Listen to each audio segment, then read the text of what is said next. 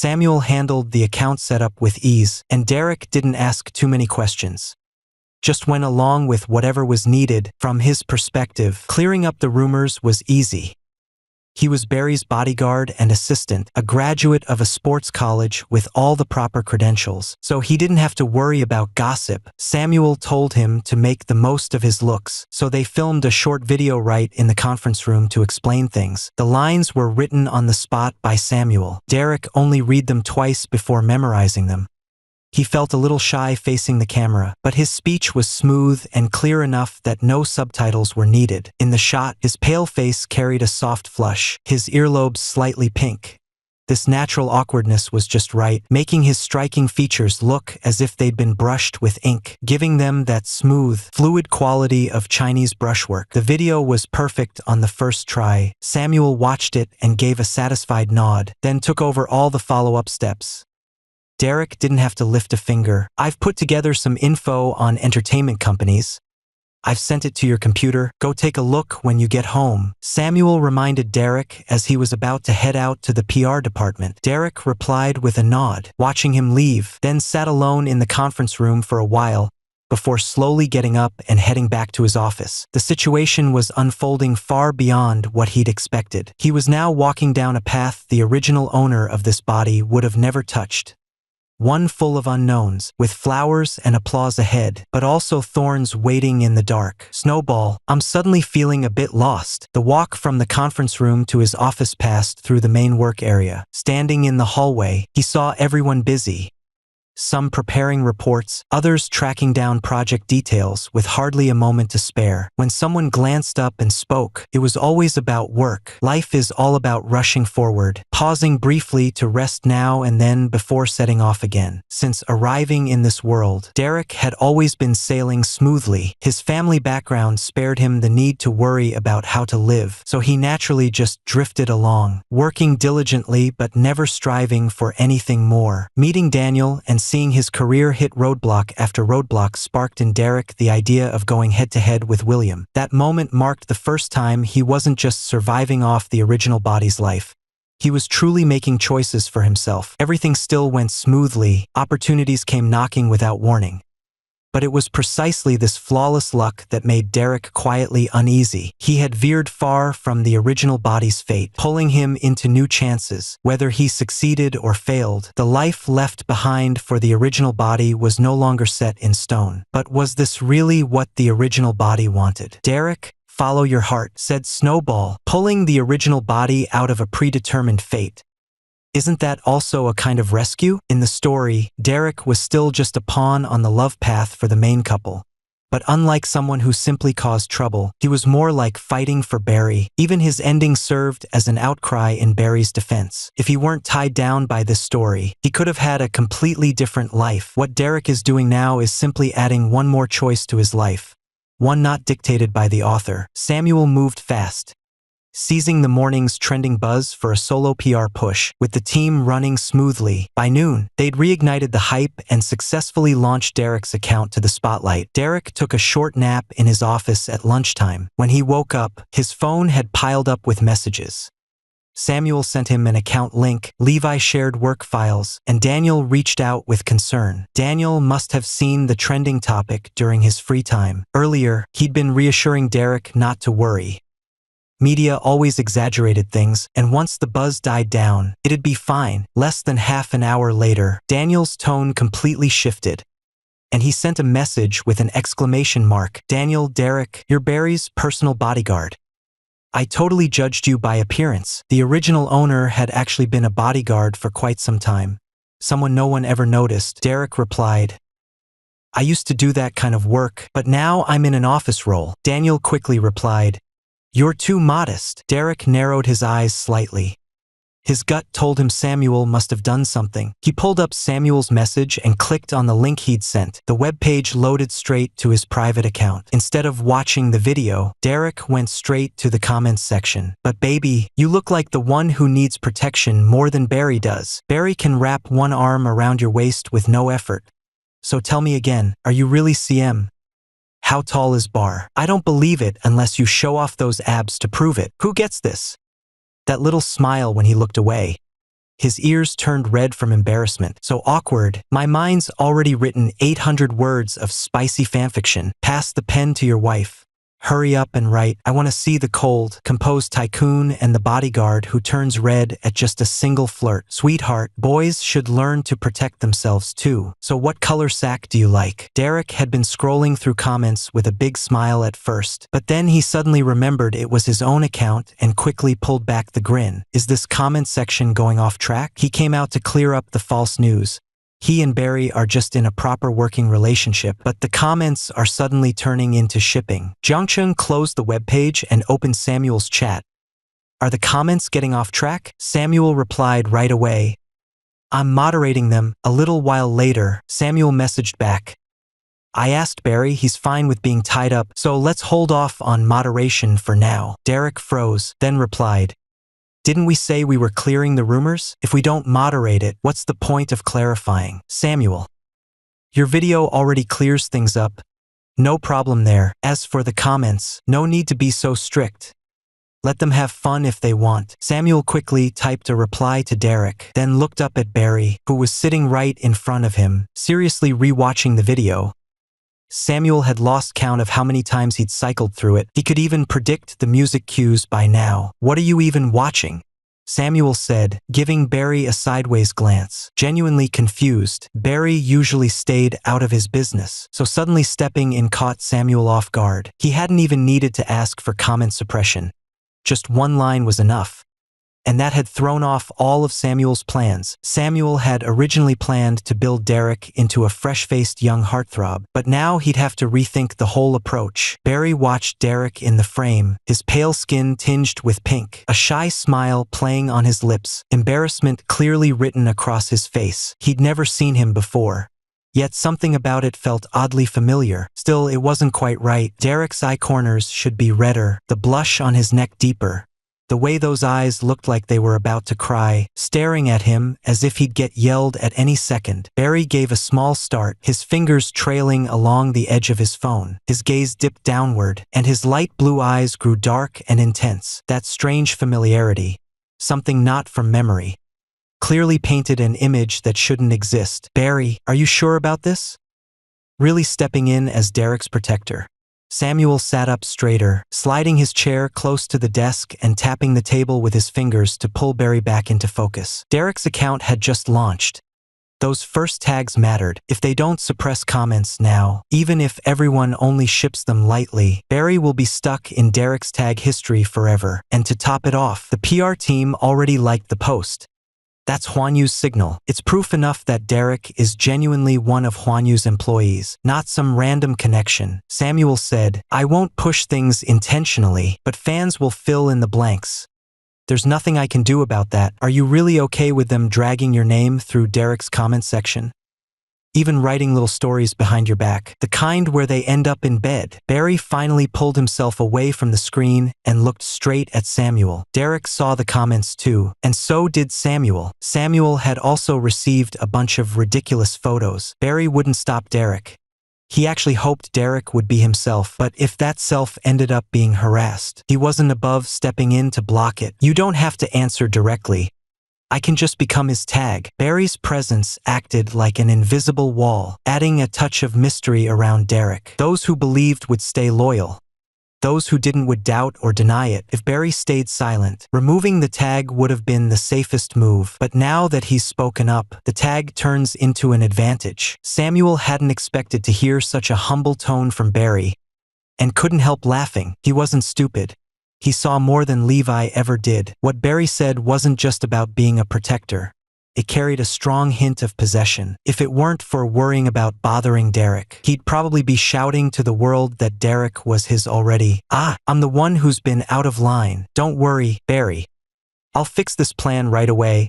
And make sure you get exactly what you want. Samuel teased Barry under his breath, withdrew the original plan, and started over. Derek flipped through the materials Samuel had sent him several times, then messaged him to ask if he had a moment to talk. Samuel said he was free and showed up at Derek's office shortly after, his steps light and his mood cheerful. Derek was typing away at the computer when Samuel pulled a chair over and sat down beside him, glancing at the screen. What are you working on? Derek turned around to see Samuel Samuel close by. Fair-skinned, handsome, with wild silver hair, and a faint pine and cedar scent that was surprisingly pleasant. Even when focused, he still had that laid-back vibe. Lazy like a cat, but not cold or stiff. If anything, he was kind of clingy. He glanced at what Derek was typing and made a small noise of disbelief. Reaching out, he poked Derek's cheek with his finger and said teasingly, "Already mapped out Barry's schedule for tomorrow, Derek." Samuel's voice rose slightly, his smile full of quiet mischief. Derek hit save, switched to another file, and replied casually, "Levi sent it over. I had nothing else on my plate, so I just tidied it up. It was just part of his job, nothing big." After saying that, he turned back to work. "I've gone over the materials you sent me. Why'd you pick this entertainment company?" Honestly, their overall strength is pretty weak. No matter which metric you look at, it's just average. Derek tried to soften it a bit, but after reading the files, he realized there was no room for sugarcoating. So he frowned as he voiced his opinion. Samuel leaned back in his chair. "This one's tailor-made for you. Yeah, their overall strength isn't great, but that means high potential. They've had a breakout hit before, and no messy marketing drama cluttering up the whole place." Derek had noticed that point, but compared to the other drawbacks, it barely mattered. He let out a wry smile and said, "There are plenty of bad shows too." He didn't realize until he dug into the files that the terrible movie he'd watched with Barry was actually produced by this company's little indie team. It was supposed to be a horror film, but it left him utterly speechless. So unscary that his fear never even had time to kick in, replaced only by the urge to complain. Samuel didn't argue. He nodded in agreement. "Yeah, there are quite a few, but that's exactly why you can make sweeping changes. If the company were doing well, they'd never let an outsider interfere." Huan Yu mainly held stakes in the entertainment industry without micromanaging or imposing rules, letting the company grow wild and free. Samuel weighed options across multiple firms, compared them all, and ultimately picked this one. This company is right here locally, pretty big in scale with a ready-made team. The main issue: its management isn't good at running things. Decisions are made on a whim, one idea after another, which ends up causing a shortage of talent and resources across the board. So now's the perfect time to replace the leadership. The resistance will be minimal, and it'll be easiest for Derek. "There are two more things you can't ignore," Samuel said, locking eyes with Derek as he laid out his final bait. "Daniel's already here. Right now, he's the company's main focus. Are you really going to let him stay unknown?" Derek was speechless. He knew Daniel had changed companies, but hadn't asked which one. Samuel's words stirred a faint sense of guilt. Daniel had been so grateful, even sending him gifts. Seeing Derek start to waver, Samuel pressed on.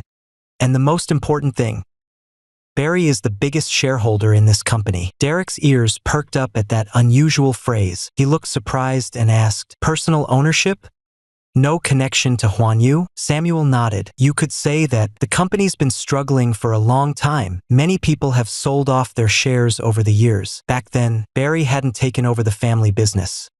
He was still working on his own and acted like a golden goose, always helping out anyone who asked. Over time, he ended up buying so many shares that he became the biggest owner." Samuel remembered Barry back then, full of fire and ambition, ready to take on any mess no matter how bad it was. He actually had plans to improve operations back then, but because the Liu family was expanding into overseas markets, his parents called him home to take over the family business. That idea got put on hold, and the company just stayed as it was. Samuel had a little personal agenda. He handed this mess over to Derek, letting Derek stand in Barry's shoes from years ago, making decisions that could bring this nearly dead company back to life. Isn't that, in its own way, a quiet echo between past and present? After convincing Derek to take over the company and finalizing their plan, Samuel went to report to Barry. Barry didn't object.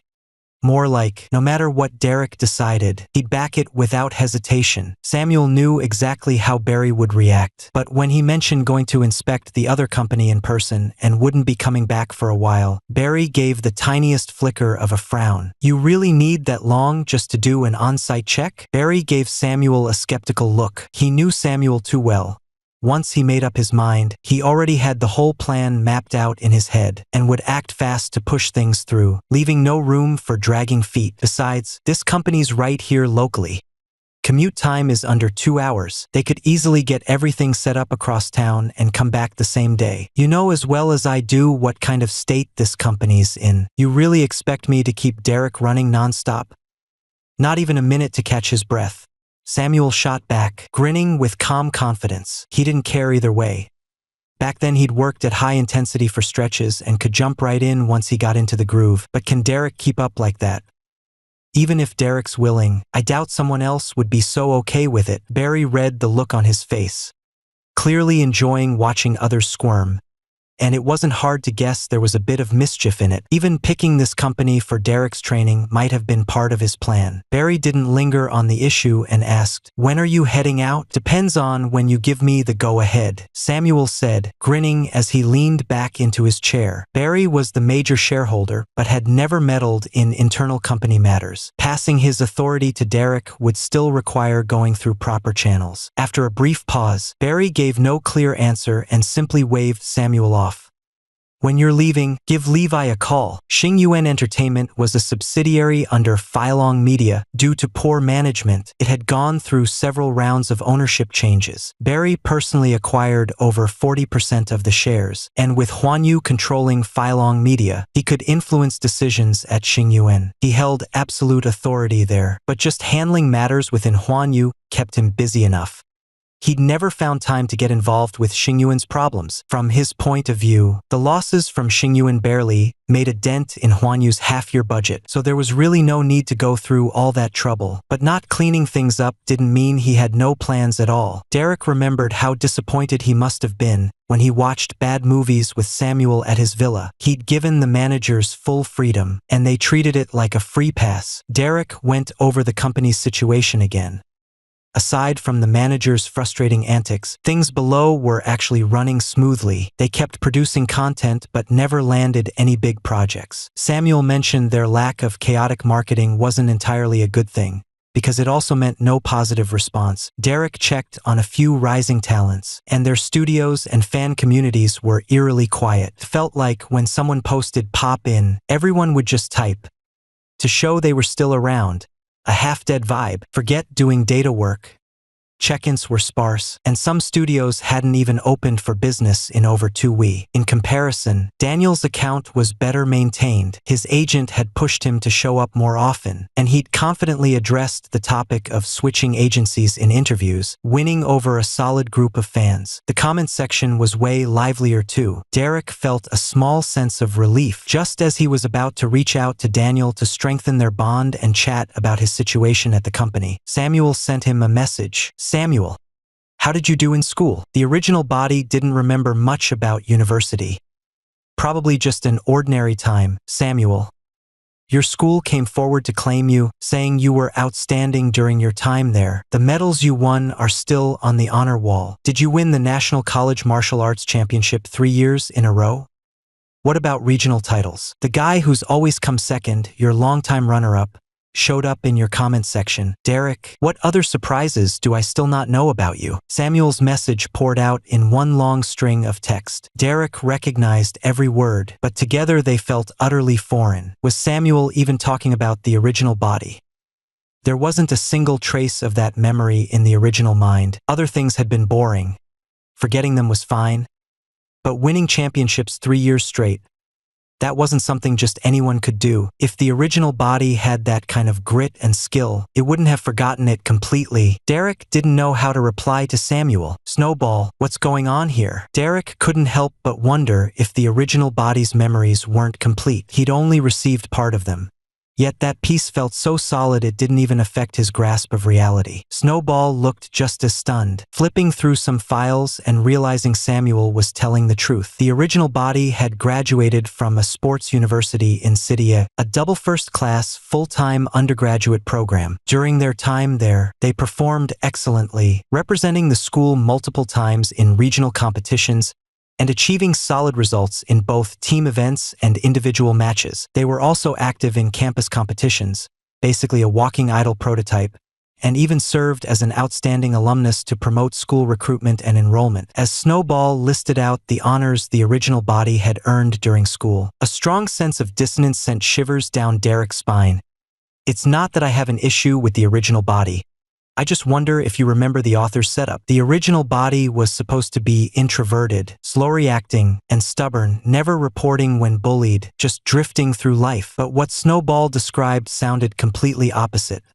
Outgoing, energetic, full of fire in every way. Snowball felt equally puzzled. The contradiction was too glaring to ignore. Even if the world consciousness was trying to self-correct, it wouldn't produce such a massive mismatch. Meanwhile, Samuel sent over a video, clearly moved. Samuel, Derek, with all that going for you, how on earth did you end up with Barry? Was your heart enchanted by him? Derek opened the video. It was a recruitment promo filmed by the original body for the school. In it, they introduced the school while incorporating some slick martial arts choreography.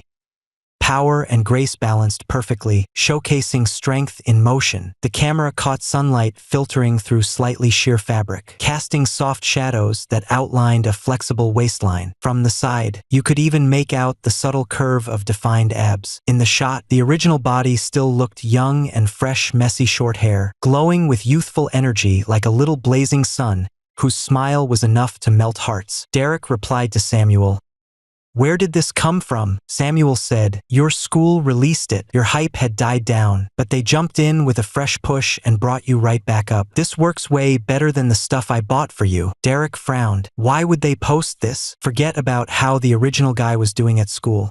He'd already graduated 2 or 3 years ago, and he doesn't have anything to do with the school anymore. Why would they suddenly get involved? Samuel said, "Sweetheart, what time is it? The college entrance exams just ended. All schools are scrambling to recruit students. You've got ready-made fame and a perfect recruitment video already lined up. All they had to do was tease it a little, drop some clips from your school competitions, and boom. 2 birds with 1 stone. Total easy win, considering how the original guy performed in school. He's an ideal example to showcase. Everything's already on hand. A big university would be crazy not to grab this chance." Derek had genuinely overlooked that. He clicked into the trending topic to check and saw discussion skyrocketing between him and his old school. "I just want to sleep on my baby's abs. Would you mind? I didn't go to a university because I didn't want to. No, it's because I wasn't good enough." Just glanced at a university's past admission scores, and my heart went cold. Chilly but oddly peaceful. No need to stress over it anymore. I came for the senior's recruitment video, but just got there.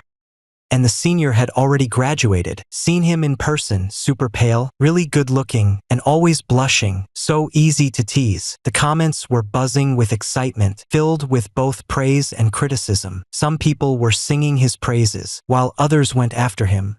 But the negative voices got drowned out by an avalanche of positive feedback. Derek watched as familiar faces kept popping up in the comments, piecing together his time at school. A wave of unfamiliarity washed over him again. He clicked on the official website's video and stared at the version of himself from before.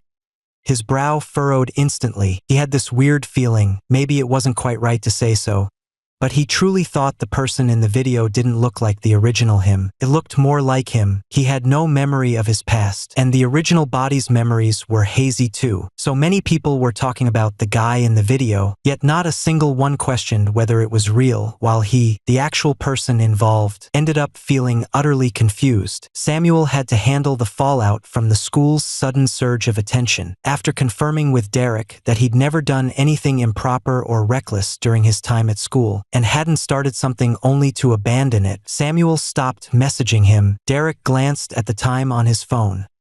Just minutes until quitting time. Was Samuel really going to stay late and wrap up everything related to him? Considering how diligent he usually was, even not leaving early counted as being serious. Samuel's sudden urgency actually touched him, but before his thought had even finished, he saw Samuel appear at the doorway of his office. The door was open, so Samuel just stepped in naturally, marched straight over, and stared at him from every angle.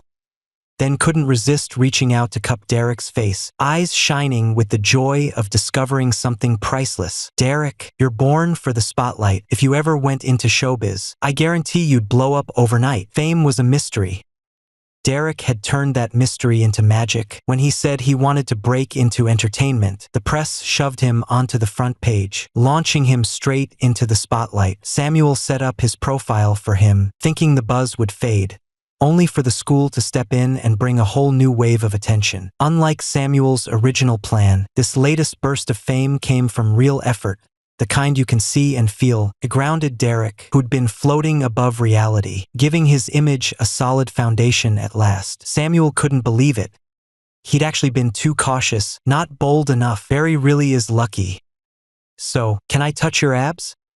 I'm totally curious about your body structure now. Samuel's gaze dropped down to Derek's waist. Derek had no idea what connection there was between the two statements. Instinctively on guard, he pulled his face away from Samuel's hand and insisted. No way. Samuel made a heartbroken face. Good-looking muscles are seriously hard to build. Himself, he only had a thin layer of muscle. Derek stayed unmoved. Is this even workplace harassment? Samuel was crushed. This is just friendly banter between pals. Okay, fine. I'll rephrase. How about we all hit the beach for some sunbathing this weekend? He couldn't have made it clearer if he'd written, I want to see your abs, right on his face. Derek sighed and let a small smirk tug at the corner of his mouth. He didn't even need to ask who the other two were. He already knew exactly what Samuel was after, and that made him feel a little more fond of his antics as he teased back. Oh, I'd bet you'll be staring at Levi by then instead. Samuel froze. His smile flickered slightly in his eyes. He hadn't hidden or made a show of it. He liked Levi, plain and simple. Most people just thought they were close friends, nothing more. Especially Levi himself, who had no idea at all. Samuel's unrequited feelings were bitter. Barry's vague threats made him want to roll his eyes, but Derek's subtle honesty sent a shiver through him. He couldn't help wondering. Derek had figured it out all along, yet Levi still treated him like just a brother. Derek realized the remark was out of place. Seeing Samuel's discomfort, he apologized. Sorry, I didn't mean to. After a brief hesitation, Derek bit his lip and said, Want me to let you touch? Samuel wasn't angry. After all, he'd been through enough bitterness over the years. This was just a little disappointment, but seeing Derek back down, his face lit up instantly, eyes turning into crescent moons. Too bad his mischievous hand hadn't even reached out when Barry's voice rang from the doorway. Samuel! The already cold tone now carried an icy edge, like shards of ice wrapped around it, making Samuel shiver despite the sweltering heat. He jumped up and turned around. Barry's gaze was sharp and piercing. Samuel quickly stepped back from Derek, cleared his throat, and said, What do you want? It's after work hours. Don't tell me friends can't bond anymore. Barry didn't soften at all. He shot Samuel a chilly glance, then lowered his eyes slightly before looking at Derek, and his expression softened. Derek, come with me to the police station. Derek stood up right away, concerned. What's going on? Seeing that, Barry's mood lifted a bit. Calmly, he said, I had Amelia brought in. She's at the station now giving her statement. I need to go. Come with me. Amelia and Emma were tearing each other apart. Two women who pretended to be best friends completely dropped the act once their own interests were threatened, hurling every painful truth they could at each other. Emma was about to face charges. In that situation, she stopped pretending and admitted straight out. She'd sent the guy with the dye job to trick Amelia into handing over her money, and even encouraged him to stay in the girls' dorm. Her plan was to ruin Amelia's reputation completely, but Theodore acted fast and buried all the rumors before they could spread. At that moment, Emma realized as long as Amelia remained a Lou family lady, no matter how embarrassing her actions were, someone would always be there to cover for her. But what if she wasn't around anymore? Emma tricked her into leaving, figuring that once Amelia was far from the Lou family's reach and no longer had their protection, when the guy with the dye job couldn't get any more money from her, she'd finally learn what real desperation felt like. But Emma never saw it coming. Barry went straight to the police. Not only did he refuse to bury the case, but he actually cooperated fully with investigators, dragging her into it. And that guy, he wasn't exactly tough.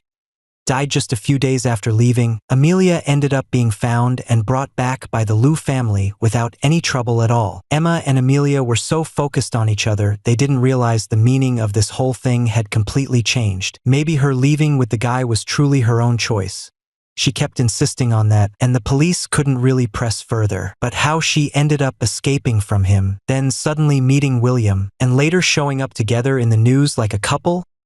That didn't add up to just willingly. Her answers were vague.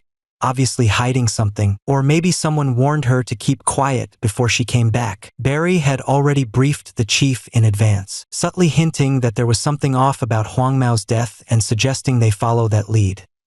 There might be a surprise waiting down the line. The chief got the message and didn't dwell much on Amelia's case. When he saw her arguing with Emma, he only gave a verbal order to stop it. By the time Barry arrived, the two were already calm. Emma probably realized her future was gone and wore a look of utter despair. Amelia hung her head low like a defeated sparrow, curled up in her chair, silent as stone. Two bodyguards sat beside her. As soon as they saw Barry enter, they stood up quickly and reported in. Everything was wrapped up. If Barry had no further instructions, he could take Amelia straight away. Good work. You're off for 2 days. I'll handle the rest. Go home now. Barry always treated his team fairly, rewarding hard work and holding them accountable. It was quitting time, and after such a long trip, they deserved to go back and see their families. As they were leaving, the two glanced at Derek. He gave them a friendly nod. They paused in surprise. One of them almost opened his mouth as if about to say something. Having been through William's presence firsthand, they naturally heard about the deal he made, though they didn't know how Barry managed to convince William to let them go. It was clear the man wasn't happy. There was a grudge simmering under the surface. They wanted to warn Derek, but worried about overstepping. Derek passed by them, and the man whose lips had moved couldn't hold back. Remembering he'd once worked with them, he whispered, "Watch your back, William." Derek looked up, but the man was already striding away, as if he hadn't just said a word. "What's William up to?" Derek asked Snowball, puzzled.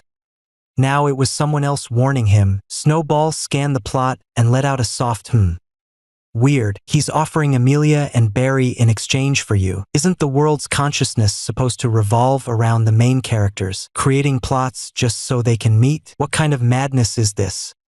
Why's he suddenly targeting me? Derek frowned in disbelief and disgust. This wasn't good news at all.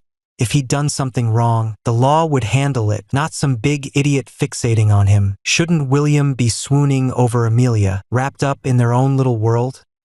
Trading her for me? Does he think he's lost his mind? Snowball fell silent for a moment, watching the odd trajectory of the main couple's romance, then said quietly, "He seems more interested in you." Derek stayed quiet. Barry's figure ahead stiffened slightly, just for a second, but quickly recovered and walked toward Amelia. Seeing Derek's grim expression, Snowball tried to ease his mind. "Don't worry, your boss shut him down hard. He didn't get what he wanted. Not to mention Derek is a free and independent person. Just Barry's principles alone would never let him go along with something so ridiculous." Derek's gaze dropped. Snowball's words didn't comfort him at all. They only brought back the memory of their first failed meeting, when the world's consciousness issued a warning that caused Barry to crash his car. Isn't this main character bending already? Doesn't the world consciousness have a say in this? Derek asked, not wanting to get dragged into William's mess. There's a trait in his profile, bi-curious. The original story even mentioned a male star once offering himself to him. But back then, he was already with Amelia, having sealed his heart for her and refusing any advances. William and Amelia are still just getting to know each other. Their feelings aren't deep enough yet for them to be completely obsessed with one another. So William's behavior fits his character perfectly. No red flags from the world consciousness. Derek paused, a cold smirk forming in his mind. So I've gone from being a roadblock on the love story to becoming the third wheel now? Snowball nodded. That's about right. Derek felt a wave of disgust. Is William even worthy? I'd say he's the one between me and Barry, not the other way around. To some authors, William being open to both genders with all that experience might seem like a hot, magnetic trait, but in Derek's eyes, he's no different than a hyperactive toy poodle. Derek wasn't some ultra-Puritan. He thought he was pretty open-minded. If William had an actual girlfriend and they were truly in love, sharing that kind of intimacy, Derek could understand his messy side. But the author insists on making him run through every flower bed, while still keeping himself pure with protection. It's just plain ridiculous. Derek felt nothing but disdain, not noticing what was ahead. stepping forward a bit too far and bumping into Barry's back. Barry turned to look at him, gently rubbing Derek's forehead as he pulled him from behind and brought him close beside himself. The two of them stood side by side in front of Amelia. She caught the brief warmth flickering beneath Barry's cold expression, then remembered William's heart-wrenching words from that night when he rescued her. Barry was right there in a city, right there at the venue, yet he didn't choose to find her or save her, just letting her fall apart without a second thought. Amelia clenched her fists, and all the hardship she'd endured, every humiliation she'd swallowed, tore at her heart over and over again. Her head drooped low, a flicker of bitterness flashing in her eyes. If Barry hadn't frozen her card or cut off her money, how would she end up living in that rundown little shack?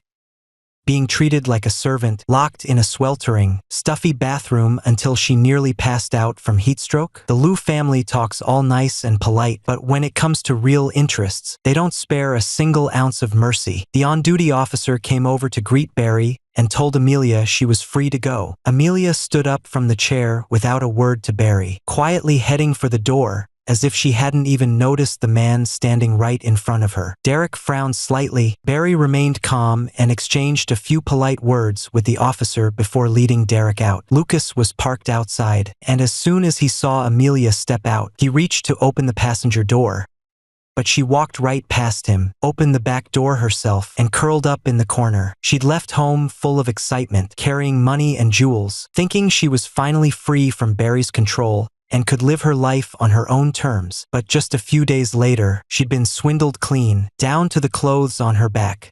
Those two were nothing but handouts from William. As soon as she sat in the car, she couldn't hold back the ache in her chest and burst into tears. Lucas saw the streaks on her face and nearly said something, but it stuck in his throat. He stood awkwardly outside, unsure what to say, just waiting for Barry and Derek to arrive. Barry always has Derek sit in the back, so with Amelia taking one seat, someone else had to move up front. Derek didn't mind either.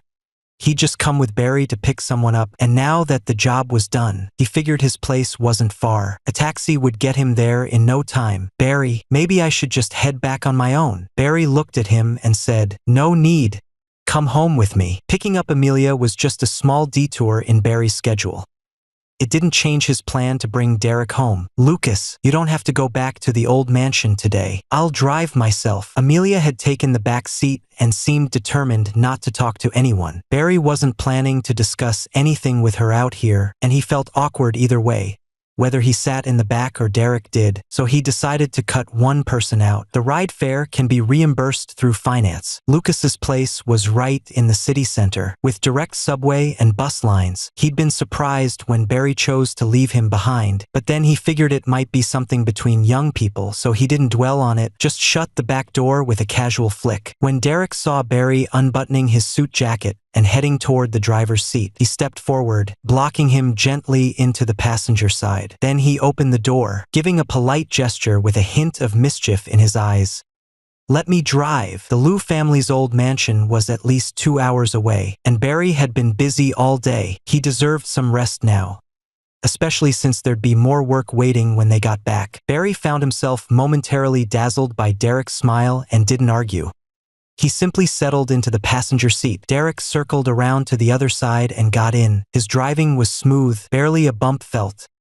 Still, it was rush hour. Traffic jams were inevitable. First, Barry was watching the road ahead, checking traffic conditions, but once he noticed Derek's steady driving skills, his attention naturally shifted to him. His gaze moved like a brushstroke, starting at Derek's forehead, gliding over bright eyes and a straight nose, pausing softly on his lips before trailing down the throat and vanishing into the crisp lapel of his suit. He rarely sat in the passenger seat. When he did, it was always to work, never out of curiosity about who was driving beside him. But today was different. Today it was Derek behind the wheel, and Barry couldn't help but keep looking his way. Derek caught a glance in the rearview mirror and noticed Barry staring at him.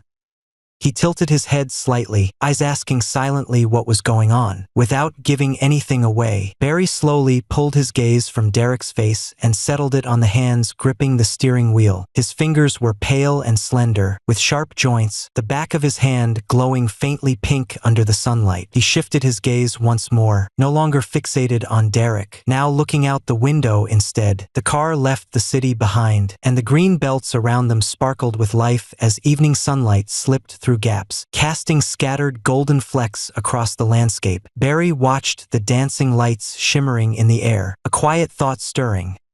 Maybe it wouldn't be so bad to keep going like this, side by side with Derek. The car carried them through the sunset, into the dawn, day after day, year after year, simple and steady, a lifetime of quiet moments. Due to traffic, they didn't make it back to the Liu family ancestral home until nightfall. The dusk had settled in, the last glow of the sunset drowned out by the warm lights, and a few scattered stars began to appear around the moon. As soon as Derek parked the car in the garage, Amelia quietly stepped out without saying a word. Mateo was glad to see her return and went over with a greeting.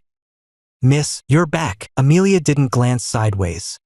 She acted as if she hadn't heard Mateo at all, her face drawn into a pout, and walked right past him. The delicate heels of her sandals tapped against the stone path, each step echoing clearly in the quiet night. Like she wanted everyone to know she'd returned, and that she was furious. The servants looked up in confusion, completely baffled by what had happened. Mateo's lips dipped slightly, and he gave a helpless shake of his head. Derek and Barry stepped out from behind the car. It was Derek's second time visiting the Liu family ancestral home. Far more familiar now than before, and instinctively he started scanning for that ivy-covered wall and the peach tree in the courtyard, but they were on opposite sides. All Derek could see was a corner of the roof eaves and a lush green landscape. Knowing Barry was coming back, Mateo had already told the staff to prepare dinner. The timing was perfect. Their arrival matched exactly. When they arrived at the dining room, Amelia was already seated at the table and started eating without waiting for them. The servant stood by helplessly, his face full of distress when he saw Mateo approaching. Mateo explained that there were guests coming, and the servant had only reminded Amelia to wait a bit. Yet she'd snapped at him anyway. Mateo could guess what happened. The warm smile he usually wore froze slightly on his face. The Liu family upheld strict values, not bound by old-fashioned rules, but never lax when it came to manners. Amelia, in a mood, had completely forgotten her upbringing. She'd started eating before her brother, and their guest even took their seats. Put politely, that was simply not done. To someone unaware, it might have looked like the Liu family couldn't spare a single bite for her. Derek was taken aback. Even as an outsider, he felt a lump in his throat seeing that. Barry, on the other hand, seemed unfazed. Maybe because he'd long since gotten used to Amelia's outrageous behavior. He gestured for the servant to leave and invited Derek to sit down. The dining room fell silent. No one spoke, as if a thick layer of sticky glue had settled over everything. Clumsy, suffocating, unbearable, Derek barely tasted his food. Halfway through, Amelia slammed down her chopsticks and stood up. As she pushed back her chair, the legs screeched across the floor with a sharp, grating sound. The tense silence exploded like cold water hitting hot oil. Sudden, violent, making hearts jump. Derek instinctively glanced at Barry, who paused for a split second. His pale blue eyes hardened with cold fury, his face tight with tension. He set down his chopsticks, wiped his hands, and stood up, saying, "Stop right there." The voice wasn't loud, but it carried a simmering anger, a heavy sense of impending storm. The servants flinched like silenced cicadas, automatically bowing their heads. Amelia only hesitated for a moment, clenched her fists, then tried to keep walking. "Amelia, don't make me say it again." Barry stepped forward, his tall frame casting a dark shadow. "Come here." Barry walked toward the living room sofa. Amelia's lips trembled, her eyes reddened, on the verge of tears as she reluctantly followed behind. Derek lost his appetite and stood up, walking after them. Mateo waved to the servants, signaling them to leave. No need to clean just yet. Barry sat on the sofa, his expression stern, his thin lips pressed into a straight line. He gestured for Amelia to sit down, then patted the spot beside him when he saw Derek approaching, inviting him to join. Amelia stayed standing by the sofa, refusing to sit. She shot back with a sarcastic tone. "What do you want?" to show me how cozy you two are together. Derek froze. He couldn't figure out Amelia's mindset. She'd run away, caused trouble outside, and now acted like she was in the right, blaming everyone else. Now she even lacked basic manners. As her guardian, Barry had already shown incredible patience by waiting this long to talk to her. Yet she still tried to shift all the blame onto others. She acts like I'm the one who's wrong. Derek felt a flicker of anger, silently watching Barry's expression. His fingers curled slightly where they rested on his knees. As an outsider, he didn't dare interfere, so he quietly shifted a little to the side, just in case Amelia snapped again. Barry shot her a cold glance and asked, "Amelia, how many years have you been with the Liu family?" Amelia looked puzzled. "Almost 7. Barry pressed on. "Has the Liu family ever wronged you?" Amelia froze, her mouth opening and closing, but no words came out. The Liu family had pulled her from a poor, backward village, fed her, clothed her, paid for her education. Everything she needed in life was provided. Barry and she were quite different in age, so claiming they shared deep feelings would be nonsense. But as a brother, he'd always done his duty. The Liu parents had filled the void of her missing family, treating her like their own child. Had the Liu family ever wronged her? No, it wasn't that she'd been given too little. It was just that her desires kept growing, and now the family's rules felt like chains holding her back. She'd started to lose patience. The Liu family didn't owe me anything, sure, but wasn't it also good for them to adopt me? Mom dragging me to every gala, wasn't that just so people could see their kindness? So everyone would think they were generous and loyal? Am I really a daughter of the Liu family? Or just their puppet on display? Amelia's face went pale. After a brief silence, she couldn't help but laugh bitterly. She'd had enough of being stared at with strange eyes. She wasn't some doll in a showcase, paraded around to show off the Liu family's image. This world makes her uncomfortable and suffocated. She just wants to break free, expand her circle of friends, and hang out with people she likes. What's so wrong about that? Barry keeps stopping her again and again, even cutting off her card and cutting off her funds. Doesn't he just think the people she's befriending aren't good enough for Liu family's image? So now you're embarrassed by me? Think I've brought shame on the Liu family? What do you want? Make me apologize or kick me out? Amelia's gone full surrender at this point. She doesn't have anything left anyway. School's a mess, life's falling apart. Even if she leaves the Liu family, it can't possibly get worse. Her eyes were red, tears welling up, her pale face filled with hurt. She didn't know where she'd gone wrong.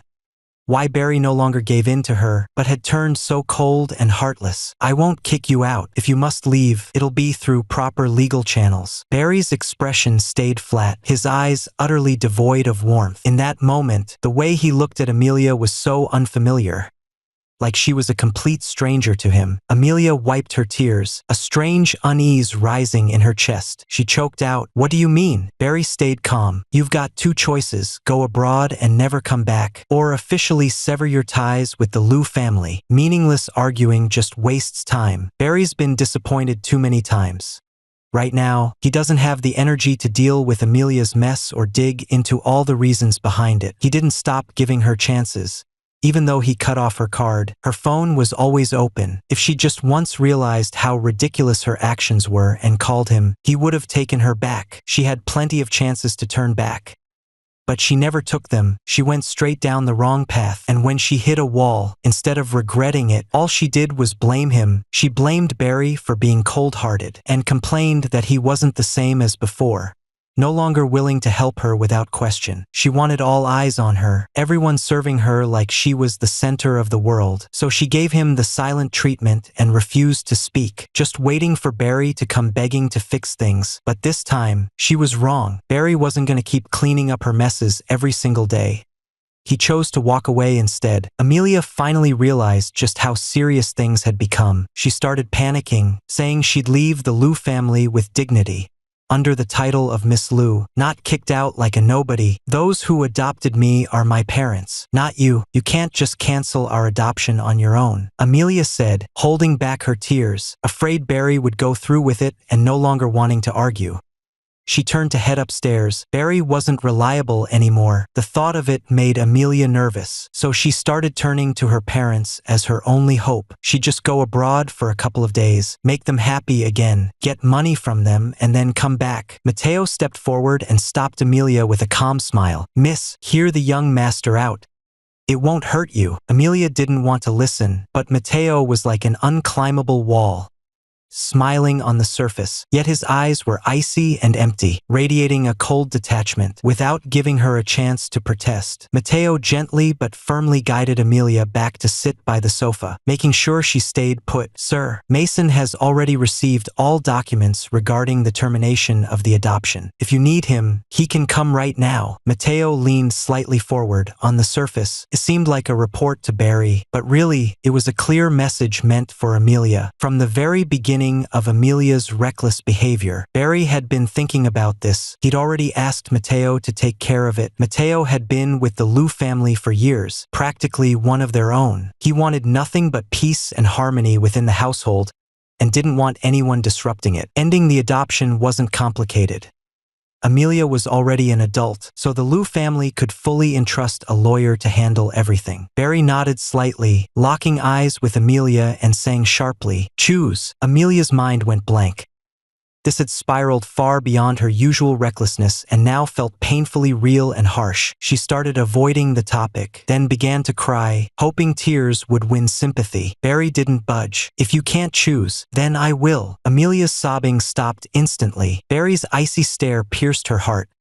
This wasn't how it was supposed to be. She should have been cherished, protected like a precious thing, not left with nothing. A wave of dizziness hit her, anxiety tightening around her chest. Whether she was furious or heartbroken made no difference. Barry didn't care. "I don't want to go abroad. I wouldn't know a single soul there. If something happened, nobody'd be there to help me." Amelia rejected the idea of going overseas without hesitation. Once she crossed the ocean, she'd truly have no chance to turn things around. "Brother, I know I messed up. Please don't." That was when Amelia finally remembered to apologize. But before she could finish, Barry cut her off. "If you're not going abroad, then the adoption ends. The Liu family will give you a sum of money. Your house and car, those registered under your name, won't be taken back, but you'll have to cover all future maintenance and management yourself." Barry's expression remained calm, devoid of any lingering attachment or regret, almost as if he were dealing with a stranger. He didn't mention the exact amount, but given Liu family's wealth, it was certainly no small sum. The family had gone above and beyond in their kindness. If Amelia still had sense, she could manage this money well enough to live a peaceful life for years. Amelia had expected to be kicked out in disgrace, but she didn't expect to keep the car, the house, and the money. Tears still clung to her face as her lips couldn't help twitching upward, making her expression look a bit funny. She clearly realized it too, wiping away tears while hiding her smile beneath a pained expression. She didn't argue with Barry but readily agreed. "I understand. I won't bother you again. I'll leave quietly." With money and freedom, she'd be thrilled to go right now. Derek didn't miss the smirk on her face, reinforcing his impression of how foolish she truly was. Liu family had given her a top-tier start in life, but instead of embracing it, she'd rebelled hard, convinced they were blocking her from proving herself through honest work. Now things were settled. Liu family used their final payment to sever ties, morally beyond reproach. Without a degree or connections, it was now uncertain whether she'd ever reach William's world again. After all, in the original story, her connection with William had been rooted in the prestige that came from being part of Liu family. Snowball, with the adoption terminated, could Barry's fate finally change? Derek recalled the original ending. Amelia had inherited Liu family's fortune as an adopted daughter, but not for long. She'd never been entitled to it in the first place, and Barry might not even die. The plot has taken many detours. Yes, this could alter mortality rates, but the world line remains intact. Derek can't afford to let up now. Without Theodore, without Amelia, Barry had finally broken free from that endless loop. His true enemy was William, someone who wanted to monopolize the market and rule this world alone. And Barry, someone just as powerful, stood in his way. One mountain can't hold two tigers, and the same goes for destined heirs. Derek looked up at Barry, worn down by everything that had happened with Amelia. He leaned back into the sofa, his gaze lowered. "I'm not Theodore. I won't betray him. I won't let anything happen to him." Even though the author left Barry's kidnapping vague, Derek could still figure it out. There was a traitor in the setup. Anyone would be caught off guard by someone close turning on them at the last moment. But that's okay now. Derek is the one standing by Barry's side. He'd stake everything he had to keep Barry safe. Derek was wide awake again. He stared at the ceiling above him. His mind was just too alert. It even made him chuckle at himself. The Liu family ancestral home felt like it had a curse, one that specifically ruined his sleep quality. He pulled out his phone to check the time. Still early, only 12:30, but thinking about how he'd been in bed since 11 and hadn't fallen asleep after an hour and a half made him feel worn down. And because he'd only eaten half a meal for dinner, the lack of sleep now brought on a real hunger. The urge to eat had become intense. Even foods he usually disliked would make him pause for 2 extra seconds as they popped into his mind. Derek didn't hesitate long before rolling out of bed. He'd already sacrificed his sleep. Now he wasn't going to let his stomach suffer too. Unlike last time, the hallway outside was lit this time. It was quiet at night, and Derek's footsteps were light as he passed Barry's door. Noticing it was slightly ajar with a sliver of light spilling out, his body, already moving past, took 2 steps back to stand by the doorway, then glanced through the crack. It's almost 1 o'clock. Barry still awake? Derek couldn't help but recall the last time he'd been at the old house, when Barry had been drinking alone and clearly upset. With his sleep quality already poor, could he be suffering from insomnia too? Maybe I should message him. If he replies, it means he's still up. What should I even say? Should I ask if he's hungry? Amelia had been acting wild earlier and barely ate anything. She must be starving too. I could just make enough for 2. Derek was muttering to himself, holding his phone in place at the door. Hesitating, he didn't notice the slightly ajar door slowly opening behind him. His eyes first caught sight of a pair of feet, then traced upward along long, straight legs until they reached Barry's face. Barry was in his pajamas, hair freshly washed and soft with a slight wave, the fringe gently falling over his eyes. Less serious than usual. He looked at Derek standing there, not at all surprised, and said softly, "Why aren't you asleep yet?" Derek hadn't expected him to come out. He thought he'd been bothering him. "I'm kind of hungry," he said. "I was going down to grab something to eat. Did I wake you?" Barry stepped out, closed the door behind him, and led Derek downstairs. He'd heard Derek's mumbled thoughts from inside his room and waited for a message that never came, so he decided to just come down himself. "Just talk to my parents." Was about to head downstairs. Barry didn't keep the adoption termination from his parents. What surprised him was that their reaction was just as calm as last time. Fully respecting Amelia's wishes, not pushing, not trying to hold on. From everything Barry remembered, at the very least his parents should have asked why. But strangely, they didn't. "Are auntie and uncle still up this late?" Derek sounded surprised. Last time he called, she'd already been asleep early. Time difference. Right now it's still early over there. Michael and Mia don't have a fixed home, always traveling. When time zones get tricky, Barry just adjusts to their schedule. Derek understood now.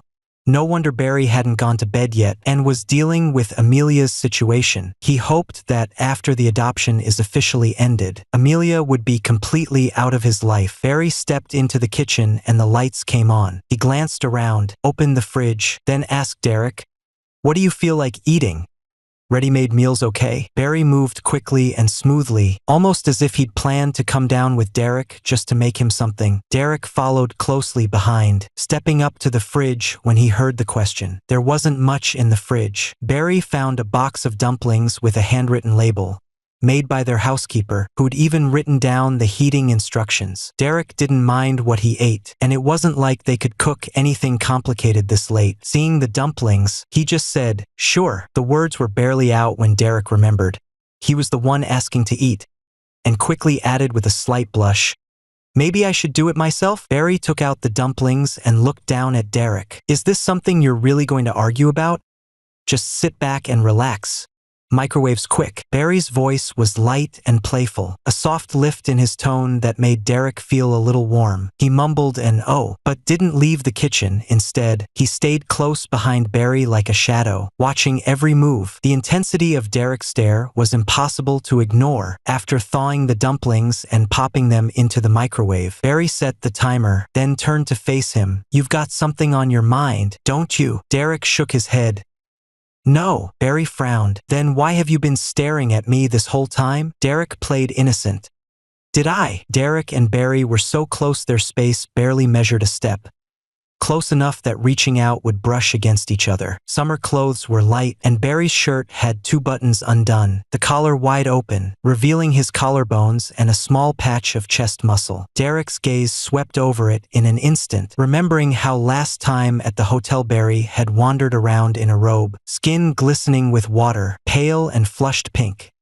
His eyes had been lost by the end. Tailored suits were restraint, barely covered skin was temptation, but home clothes, that's warmth, that's peace. Derek had spent months alone, each day slipping further from his past memories until everything blurred into a haze. Even though the body he'd taken over still had parents alive, they weren't around, so he was still entirely on his own. That's what made independence second nature. If he could handle something himself, he never reached out to anyone, but that rule seemed to keep breaking down with Barry. Barry would come over and help without being asked. Even something small like getting hungry at night. Barry could have just told him where the food was and let him get it himself, but he didn't. Instead, he took over the task. He did it so naturally, like it was supposed to be that way. Those little unnoticed gestures left marks on Derek's heart, making him almost want to rely on someone. But that moment of weakness passed in an instant, and Derek quickly pushed the thought aside. Barry noticed him pretending ignorance, his eyes narrowing slightly as he took a step forward. Derek instinctively stepped back, but the spot he was standing wasn't good. Stepping back only brought him right up against the table behind, trapping himself in an awkward position. Barry moved closer, hands braced on the table, pinning Derek between them. "You really believe that yourself?" he said softly. The height difference made their gazes meet as Barry leaned in. His eyes were a clear, piercing blue, like stars, like the sea. Deep and unreadable, but when they crinkled with laughter, they turned tender, dark and endless, pulling you in so completely it felt impossible to escape. Derek looked down quickly, avoiding Barry's gaze, feeling a little guilty. The distance was too close, too dangerous. Derek could feel the warmth radiating from Barry's body, and he couldn't tell anymore if it was the heat of the air or something stirring in his chest. So close, so damn close. What's going on?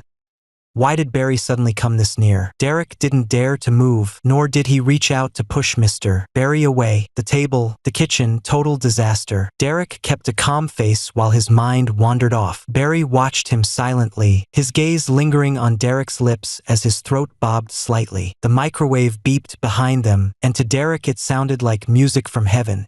He quickly said, "It's ready." Barry looked away with a hint of regret. Stepping back, Derek hurried off, afraid that even 1 second more would make him lose the chance to leave. The housekeeper was the same woman Amelia had let go earlier. After learning about it, Barry had Mateo bring her back.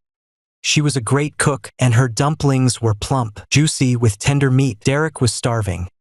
He'd already eaten half the plate. Barry only picked at a few dumplings after noticing how much Derek enjoyed them. "Just finished eating. Want to watch a movie to help with digestion?" Barry set down his chopsticks. He could tell Derek wasn't sleepy at all. Guessing he was having another sleepless night, he offered the idea himself. Derek hesitated a little.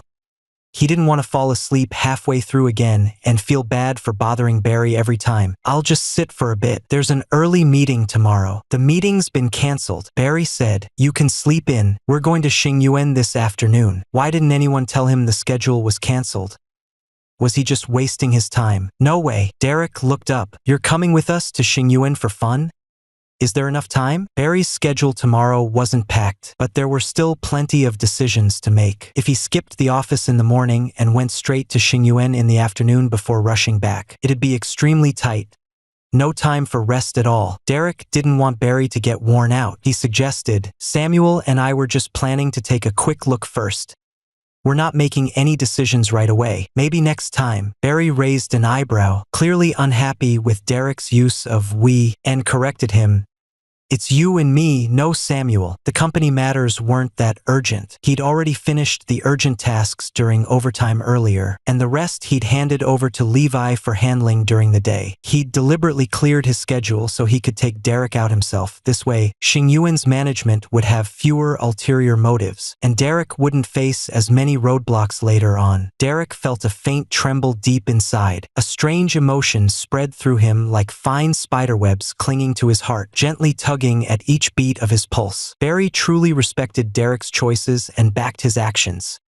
Not just with words, he was dazzling yet deeply thoughtful. In books, he'd always been an unattainable lighthouse for Derek, but now he felt more like a harbor, holding him close in the storm, making sure he never had to fear or wander. The sense of belonging and safety made Derek slowly realize something was slipping beyond control. Is this really how normal boss-employee relationships are supposed to be? Even among friends, Samuel and Levi aren't always hanging around Barry, let alone getting Barry to drive, cook, or be a human pillow. Derek's mind was a little scattered, and before he could make sense of it all, Barry asked again, "Can we go watch a movie now? To help with digestion?" Derek snapped back to attention. Barry was waiting for his reply, eyes shining bright. He was tempted, yet still aware of what he was doing. He pushed a little anyway. "If I fall asleep, you've got to wake me up. I can't let this go too far anymore." "No need," Barry said with a soft smile. "Just sleep." Mateo had swapped out the theater sofa as Barry requested, upgrading it to a two-person lounging style, still with back support, but much more space. A blanket sat on the small table beside the couch. Derek noticed the most obvious change as soon as he walked in. No wonder Barry told him to just go ahead and sleep. Could it be he had the sofa changed after I crushed him all night last time? Derek watched Barry's back, and that thought popped into his head, but he quickly dismissed it. What really mattered was who was doing the pressing, not the sofa itself. If Barry didn't want to, no one could force him, but if he's willing, even changing the sofa wouldn't make a difference. Barry didn't ask Derek what he wanted to watch this time. He just picked an art film straight away. He wasn't really trying to get Derek to watch a movie. It was late already, and he just hoped Derek would get some rest. The movie was just a way to help him fall asleep. Sure enough, before the progress bar even hit 1/3, Derek, who'd been wide awake, started yawning. The slow-paced story kept his mood from rising or falling, and gradually, sleepiness crept in. Derek yawned, legs crossed, hugging a pillow close. His mind told him he should get up, but being around Barry made him so relaxed that his limbs just wouldn't move.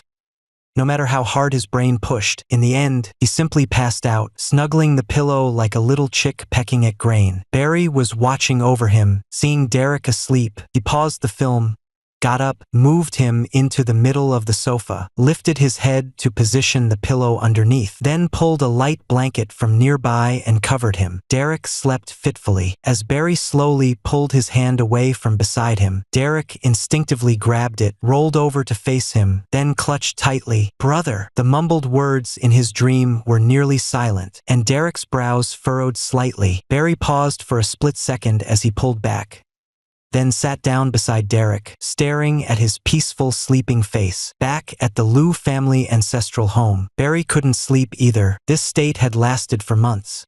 He'd always feel this way whenever he returned. No reason at all, just insomnia. Even when he managed to drift off once in a while, he'd sink into chaotic dreams and wake up more exhausted than before. The last time he stayed with Derek in the cinema for a short nap, it was rare. He didn't dream at all, and actually got a good rest. Now that Derek was leaning in again, he secretly wished he'd stay. Derek's clenched hand relaxed as his frown eased, and Barry lifted a hand to the side of his neck. Feeling the steady, strong pulse beneath, his gaze grew dark, and he leaned in slightly. His silhouette loomed over Derek, the shadows cast by the movie lights pooling across his body, thick and black, as if they'd swallow him whole. Barry paused for a moment, then stood up, sitting with his back turned to Derek for a while. He forced his racing heart to slow, shut off the film, and the screening room plunged into complete darkness. The darkness heightened every sense, and a soft sigh echoed through the silence. "Good night," The peach tree in the courtyard stood barely half the height of the wall, lush and full of branches, while the ivy on the walls was thick and green. Afternoon sunlight filtered through, casting dappled patterns of light beneath the shade. Derek realized he was dreaming again. The scene felt so familiar. He thought he'd be watching from a distance, seeing that little kid as always, but then he felt breath against his back, and someone pulled him into a tight embrace. His vision swam, thoughts hazy behind him. The person clung to him like a koala bear, rubbing all over him. He felt ticklish and told them to stop playing around. The hand he reached out to push back was caught instead. Next thing he knew, everything spun wildly as they both tumbled onto the bed. Outside, the light faded fast, like night had just swallowed them whole. "Derek, do you really have to go so far? You said you'd stay here with me, you little liar." The figure in the dream scolded him, the voice whispering right by his ear. "I'm sorry. Okay? I promise, as long as there's no training during holidays, I'll fly back to be with you." The figure in the dream remained faceless, but Derek could tell he was angry, so he leaned in and kissed his lips gently, staying close for a long while to soothe him. Knowing full well he'd been wrong, Derek jolted awake, drenched in sweat all over. The lingering warmth of the dream hadn't faded yet. His gaze shifted from the ceiling to the side, meeting Barry's face as he slept. They were pressed close together. Barry's features were relaxed, his thick lashes slightly curled, each one distinct and clear. Derek's heart pounded wildly. He didn't care about anything else. He scrambled down from the back of the sofa, slipped on his shoes, left the screening room, and rushed straight into the restroom. The bathroom mirror showed his flushed face. Beads of sweat glistened on his forehead and tip of his nose, a faint pink halo around his eyes, his gaze dreamy and unfocused. In his mind, the shadowy figure from the dream began to merge with Barry's face. Derek thought he was losing it. He turned on the faucet and ran cold water for ages until the heat inside him finally started to cool down. He lingered in the bathroom for a long time, waiting until his face had calmed before heading back to the screening room to grab his phone. Barry was still fast asleep. Derek quietly slipped inside, tiptoed out just as carefully, quickly shut the door behind him, and hurried off. Summer mornings came early. The moon in the distant sky gradually faded away, a pale light beginning to bloom across the heavens. The hallway lights mixed with dawn's first glow, making it hard to tell what time of day it was. Derek glanced out the window. Wisps of mist rose gently through the courtyard. Someone was watering the garden, and the vibrant flower buds swayed playfully in the dew. The sun hadn't yet climbed above the horizon. It was still early. Derek couldn't go back to sleep. When he went downstairs, he ran into Mateo and asked if there was a gym in the old house. Mateo chuckled and led him to the far side of the yard, where there was a training facility used by guards daily. With fitness equipment neatly set up, the space was vast and quiet. Derek channeled all his excess energy into working out. Barry had gotten a surprisingly good night's sleep. No strange dreams at all. He woke up feeling refreshed. Except the screening room was empty, and the spot beside him had long been vacant. He sat up, the thin blanket piled on his lap. The screening room was dimly lit. He pulled out his phone to check the time, surprised that Derek had woken earlier than usual. And yet he hadn't been disturbed at all. A faint smile flickered across Barry's lips, no denying it.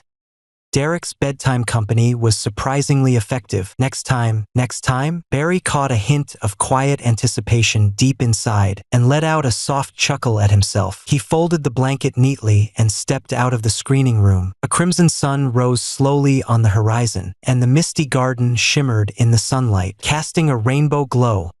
Another day began. Barry's schedule was set for afternoon.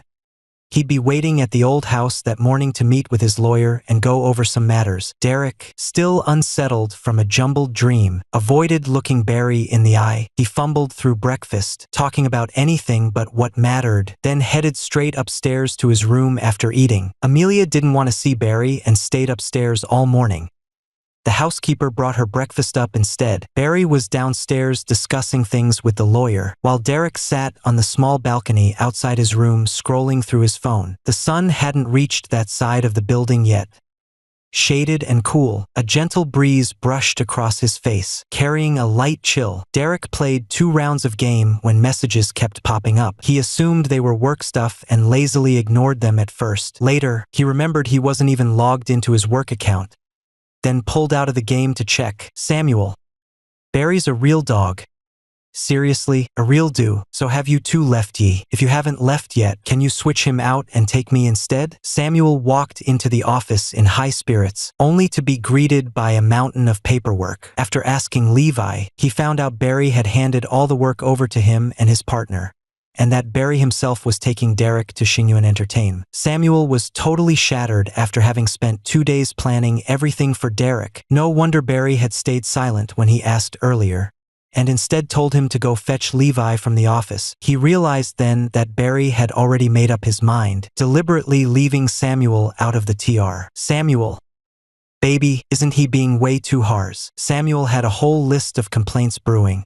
He'd only joked around, saying he'd take Derek for 2 days. He never said he wouldn't bring the guy back. But Barry took it serious. Men gross him. Samuel was clearly annoyed, but Derek calmed him down with, "Just Toda. Barry's so busy." Derek didn't think he'd spend much time on this kind of thing. Today was just a site visit.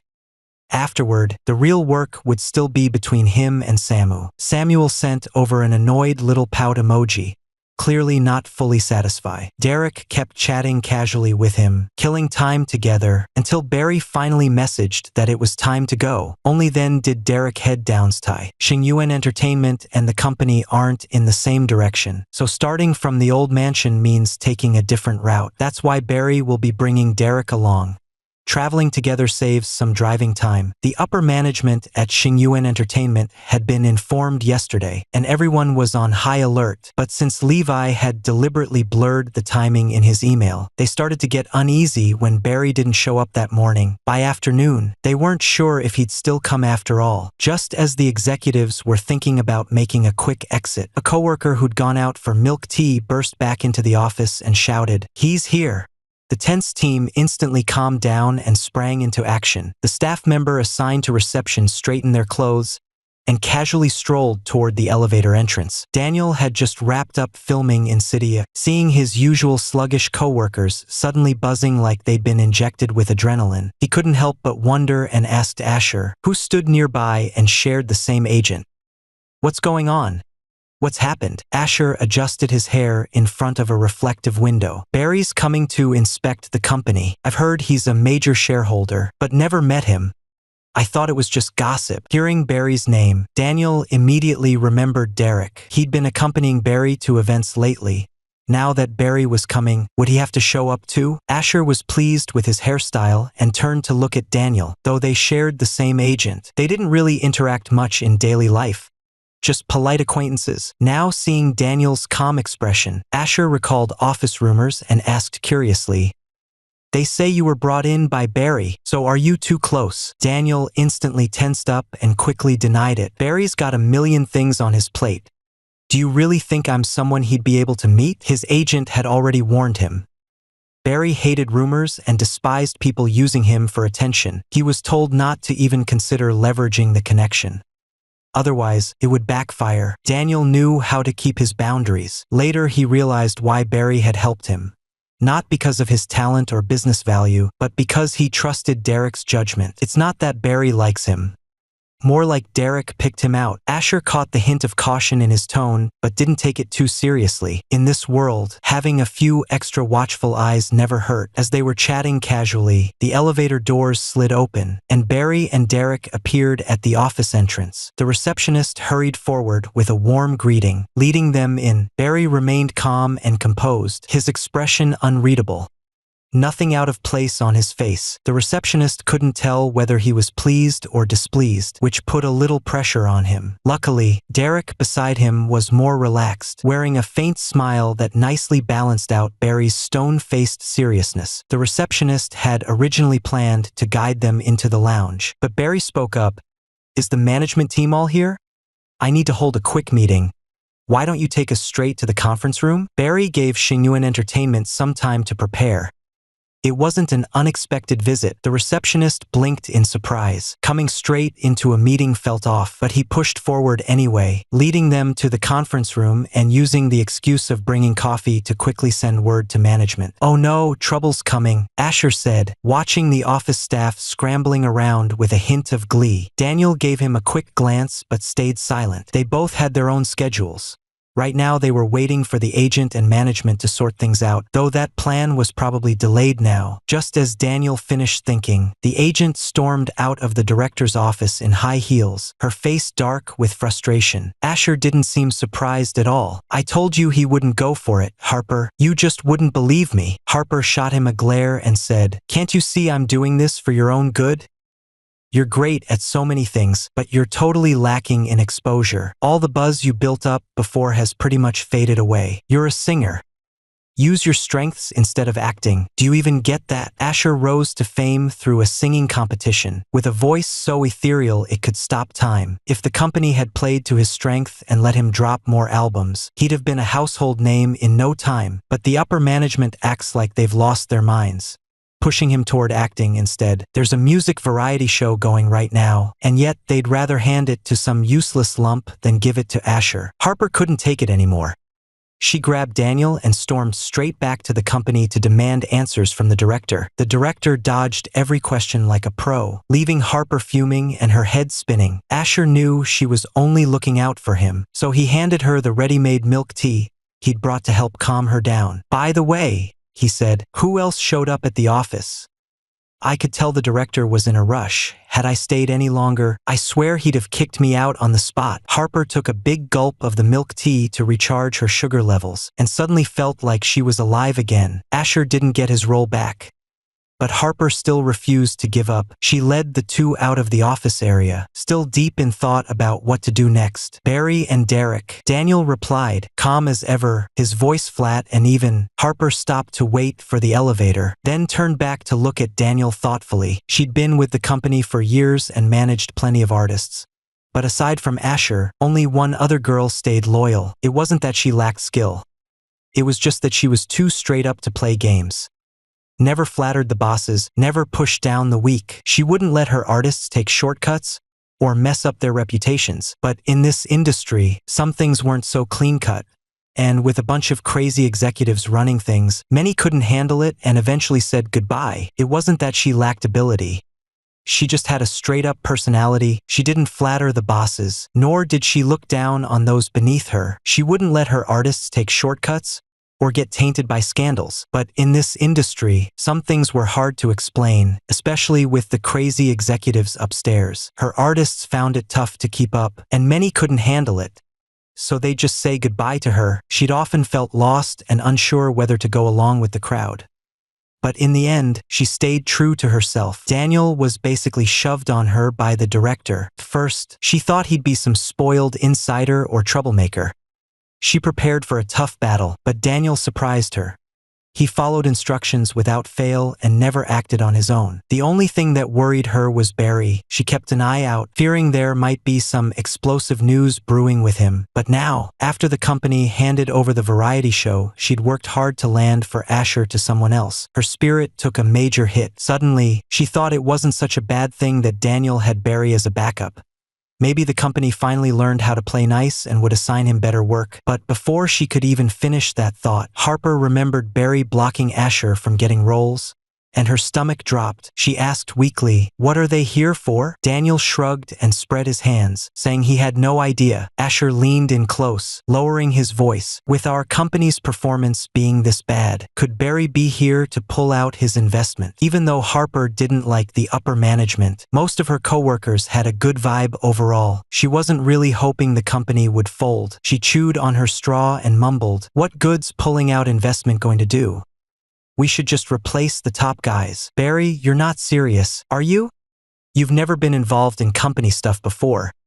You probably don't even know how this works. In the meeting room, when the executives learned Barry was stepping into internal affairs, their smiles faded slightly, their expressions turned tense. As CEO, Jack was the first to wipe away his smile and challenge Barry's decision. Barry sat at the head of the table, staring at the financial report displayed on the screen. The clear losses had tightened his brows and darkened his expression. "I'm not some charity, and your track record just doesn't convince me. If you can't handle things, I'll bring in someone else."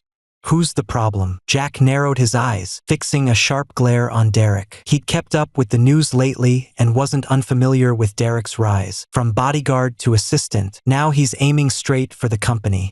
This kid's ambition is seriously next level. Jack snorted in disdain, letting out a low huff. "May I ask, Barry, whose seat do you have in mind for him?" Barry sat upright, slightly turning his head toward Derek, his eyes reflecting the young man's silhouette. "Which position would he like to take?" Derek turned to Jack and smiled. "His spot seems just fine." As the company's executives entered the meeting room, the usually quiet Snowball suddenly perked up. Sensing drama brewing, it darted around Derek, eager to make its presence known. Derek listened to the report while casually watching everyone, his eyes full of that curious spark only true gossip lovers have. Embezzlement, transferring projects, fake ledgers, taking kickbacks. Is there not one single clean slate among these people? Derek's eyes widened a bit. He finally understood how this company, fully staffed, well-funded, and stocked with talent, had managed to turn its performance into such a mess. The management was nothing but a festering tumor, obsessed only with short-term gains. Everyone was doing their best to grab as much as possible, completely ignoring the company's long-term future. If it weren't for Huanyu's strong financial foundation, a weaker company would have already been wiped out by them by now. Barry didn't get angry with them. The root of the problem was that management had become useless zombies in their positions. Yelling at them might make them twitch a little, but it wouldn't fix anything deep down. In this situation, replacing people was far more effective than shouting. So when Barry asked Derek who he had his eye on, Derek didn't hesitate.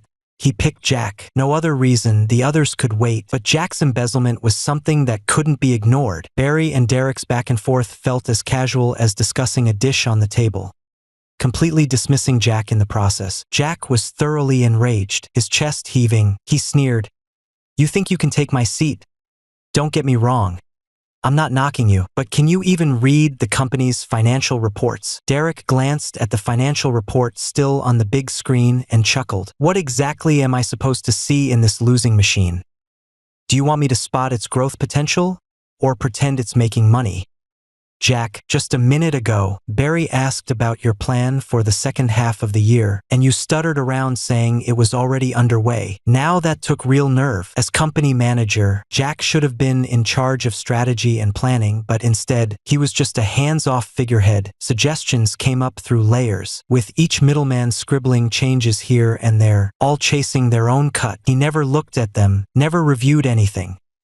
Just waved his hand and signed off on whatever document came his way. He was just occupying the position without doing any real work. And even without Derek, Barry would have replaced him anyway. The other people in the meeting room could tell Barry meant business. Relieved that Derek had targeted Jack's spot, yet also uneasy, fearing Derek might turn on them next. Luckily, Derek stayed focused only on Jack and didn't escalate things. Jack was so furious he was practically steaming, finally snapping that Barry alone couldn't fire him unless the board unanimously agreed. Then he urged the others to leave with him, but they all quietly watched Barry's expression and didn't move. Jack was stuck. Neither could he stay nor go. Derek added fuel to the fire, saying, "Oh, and don't forget to close the door on your way out." Jack turned bright red. He couldn't stay, but he couldn't leave either. He shot Derek a furious glare, yanked back his chair, and stormed off. In deliberate defiance, he left the door wide open. Derek let out a soft scoff. Barry swept a cold glance across the room and asked, "Anyone else want to leave?" The meeting room fell completely silent. No one spoke, no one moved, heads bowed low, all avoiding eye contact with Barry. Barry said, "Since nobody's leaving, we'll start from the left and go one by one. Present your team's first half summary and plans for the second half." Barry had come prepared. The quick meeting stretched on indefinitely. Every department's report brought up a flood of issues, starting with Barry asking questions, gradually shifting to Derek taking over. Real work on the ground was far more accurate than the reports, and had even more problems. Derek listened with a tight frown, but still gave full attention to every point, analyzing and handling each issue carefully without cutting corners. The short meeting stretched into a 2-hour-long one, and as the hours passed, employees from all departments began to sense something unusual.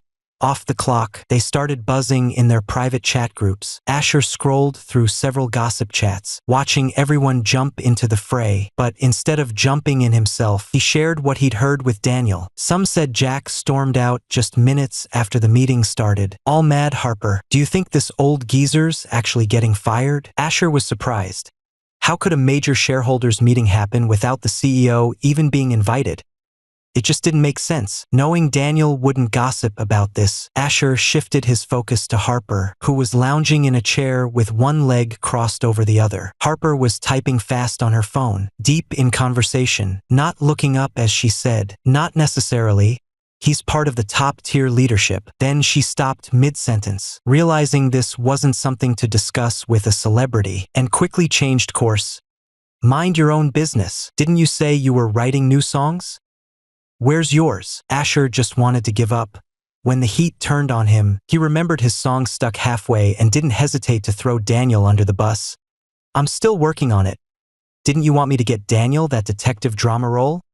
Why haven't you gone for the audition yet?" The moment Asher said that, both Harper and Daniel fell silent. Harper stopped typing, looked up at him, her expression calm, but Asher could see the exhaustion beneath. After all this, Asher wasn't shocked. He simply wiped the playful grin off his face and asked, "So it got taken?" "No," Daniel said quickly, not wanting to be misunderstood. "We're just waiting." Asher patted his shoulder and said, "I get it, I really do. Good job. Don't lose heart, you're luckier than me. There'll be another chance." Asher had heard too many "just wait" promises, only to fade into nothing. Seeing that Asher still misunderstood, Daniel was about to explain again when his phone buzzed. He unlocked it and saw a message from Derek. "Derek, I just saw you. Got time? Let's grab a quick bite." Daniel was surprised. This was Derek reaching out first. "Daniel, did you finish the meeting?" Daniel had just returned today, and he didn't have anything scheduled for the afternoon, but he still asked Harper by habit. "Harper, got plans this afternoon? I've got a dinner meeting I'd like to go to." Harper noticed he wasn't fazed and quietly breathed a sigh of relief. Go ahead. No plans at all." After saying that, she paused for a beat, then remembered Barry was in the office and added with concern, "Who's it with?" Daniel bent down to check his phone. Derek had replied right away. "Derek, it's over. I'm drained from talking. You coming? You can bring your agent. If your agent has any artists on their roster, bring them along too." Derek's messages came in quick succession, and Daniel hadn't even had time to reply. Seeing the 3 different texts, Daniel's eyes flickered slightly as he looked up at Harper and said, "It's Derek. He wants us all to come along." Derek basically walked through his entire plan during the meeting, and without even realizing it, had already mapped out strategies for every department. Barry handed him full control of the session.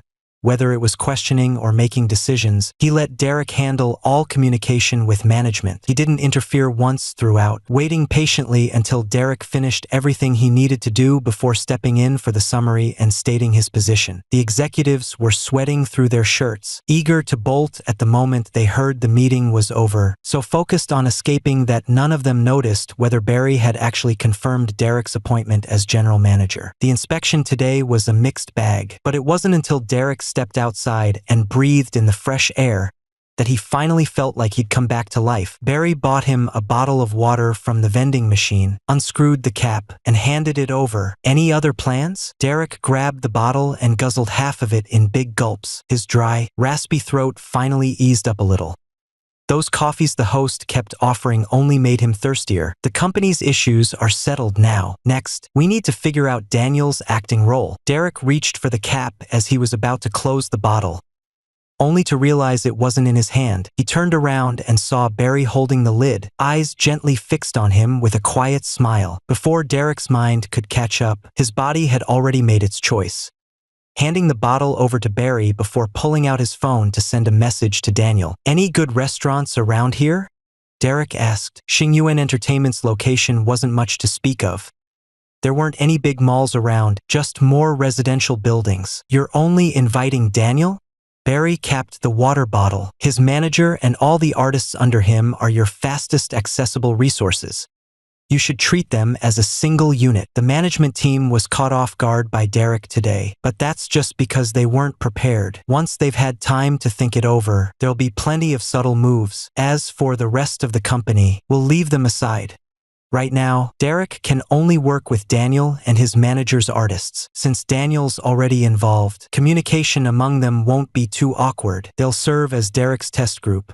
If he handles them well and others see the benefits, that's when they'll start siding with him. Derek thought about it and realized he really shouldn't just invite Daniel, but his reasoning was different from Barry's. He and Barry had only just shown up at the company, and if they immediately went to dinner with Daniel, rumors might start flying. If Daniel got dragged into any gossip, that'd be messy. Having another person around would mean more witnesses. After syncing up with Daniel, Derek didn't waste time waiting downstairs like a fool. Instead, he found a restaurant with higher privacy, sent the address to Daniel, then headed there with Barry first. After 2 hours of intense focus, the moment Derek relaxed in the car, he started feeling drowsy. The cold air inside the car made him groggy. He wanted a sip of icy water to wake up, reached instinctively for his bottle, but remembered it wasn't in his hands anymore. He slowly looked up at Barry, stunned by how naturally he'd just handed the bottle over to him. Seeing Derek's gaze on the water bottle, Barry assumed he still wanted a drink and unscrewed the cap for him. Derek stared at the bottle, hesitating before speaking. "No need to be so smooth about it. I can handle it myself." Barry raised an eyebrow and said, "You're not thirsty?" He made a move to close the cap, but Derek reached out first. The lid was still in Barry's palm when he hesitated for just a second, then took it anyway. "Thanks, Barry." Derek was fully awake now. He took a quick sip of the water, then turned his gaze to the window and replayed what he'd just done. Feeling a bit embarrassed by it, "Did I really have to drink this? Why did I even take it from him?" Barry's fingers curled slightly, a flicker of amusement dancing in his eyes. It was fun to tease once in a while. Watching the little lamb try to dodge was entertaining. Derek hadn't mentioned Barry when inviting him over. Daniel thought he was alone, so when he stepped into the private room and saw Barry sitting beside him, his steps slowed. Asher and Harper were chatting behind him before entering, loud and playful, joking around with Harper to cheer her up. But as soon as they stepped inside and spotted Barry there, they instantly turned quiet and serious. Harper had never met Barry in person before. Her professional instincts spun for a moment, scanning the space between Derek and Barry. Then she suddenly realized she'd been overthinking it all along. Derek and Barry were sitting side by side, the distance between them perfectly fine. But after they appeared, Barry's expression shifted slightly. Daniel stepped in as the go-between and made the introductions for both parties. Harper had a clean, short haircut and wore a professional suit, carrying herself with calm confidence. She didn't act overly eager or fawning just because Barry was someone in high management. Asher hadn't been working lately, so he dressed casually. His hair had a touch of burgundy dyed in, and though his look wasn't as striking or distinctive as Daniel's, he was still quite presentable. His features were well-proportioned, and his tall frame made him stand out in any crowd. Derek exchanged a few casual remarks with Daniel, asking about some details of the shoot in City A. It sounded like small talk between friends. Nothing awkward or off-putting. "Have you got any other plans after wrapping up this ad?" Derek asked. The moment he said that, the table's atmosphere cooled a little. Daniel shook his head. According to the original plan, he should have been meeting with Harper to discuss scripts by now. But Derek had asked him to wait, so he currently had nothing else on his schedule. Derek looked at the three of them sitting silently and asked, "Do you usually have such long gaps between jobs? I just heard from the report this morning. Your company's workload isn't light at all." Xingyuan Entertainment had constant work coming in. From ads to films and variety shows, the departments always gave very detailed updates during their reports. Once the topic turned to work, the mood lost its earlier ease. Daniel had only been with them a short while. Compared to his previous company, he was now at least working. so he wasn't bothered by these gaps in activity. Harper and Asher were holding back because Barry was there. No way they'd complain about company policies right in front of the big boss. After a brief hesitation, they just laughed it off. Seeing their evasion, Derek didn't press further. Instead, he changed the subject. Actually, I came by today to talk about your role selection. That anthology series might need more time. We're thinking of a Shensha drama instead. Interested, Derek gave a quick rundown of the script's details. Since it was a niche genre, he wanted to hear Daniel's take. Daniel was still thinking when Harper frowned and said, "Derek, are you planning to give this project to Daniel?" But the supervisor won't agree. He's already decided on Alexander. Harper knew the script Derek was talking about. It might be a niche genre, but it had solid logic, strong storytelling, and well-rounded lead characters with distinct personalities. She'd already been eyeing this script before Daniel joined. After he arrived, she even brought it up with the supervisor. But then, just thinking about it made her furious. She forced a smile to hide her irritation. Derek looked surprised. "Wait, is Alexander one of your company's talents? Seriously? That guy actually skipped town with the investors' money. Now he's a star at Xingyuan Entertainment?" Derek's lips twitched. He thought the management was already a mess. But now even the talent were ticking time bombs? Is this a company or a five-poison sect training ground? Derek turned to Barry, his expression pleading. It finally clicked why Samuel had called him a money god back then. Only someone like that would take on this mess without asking for anything in return. "Barry, with all this money, what can't you do?" "No way.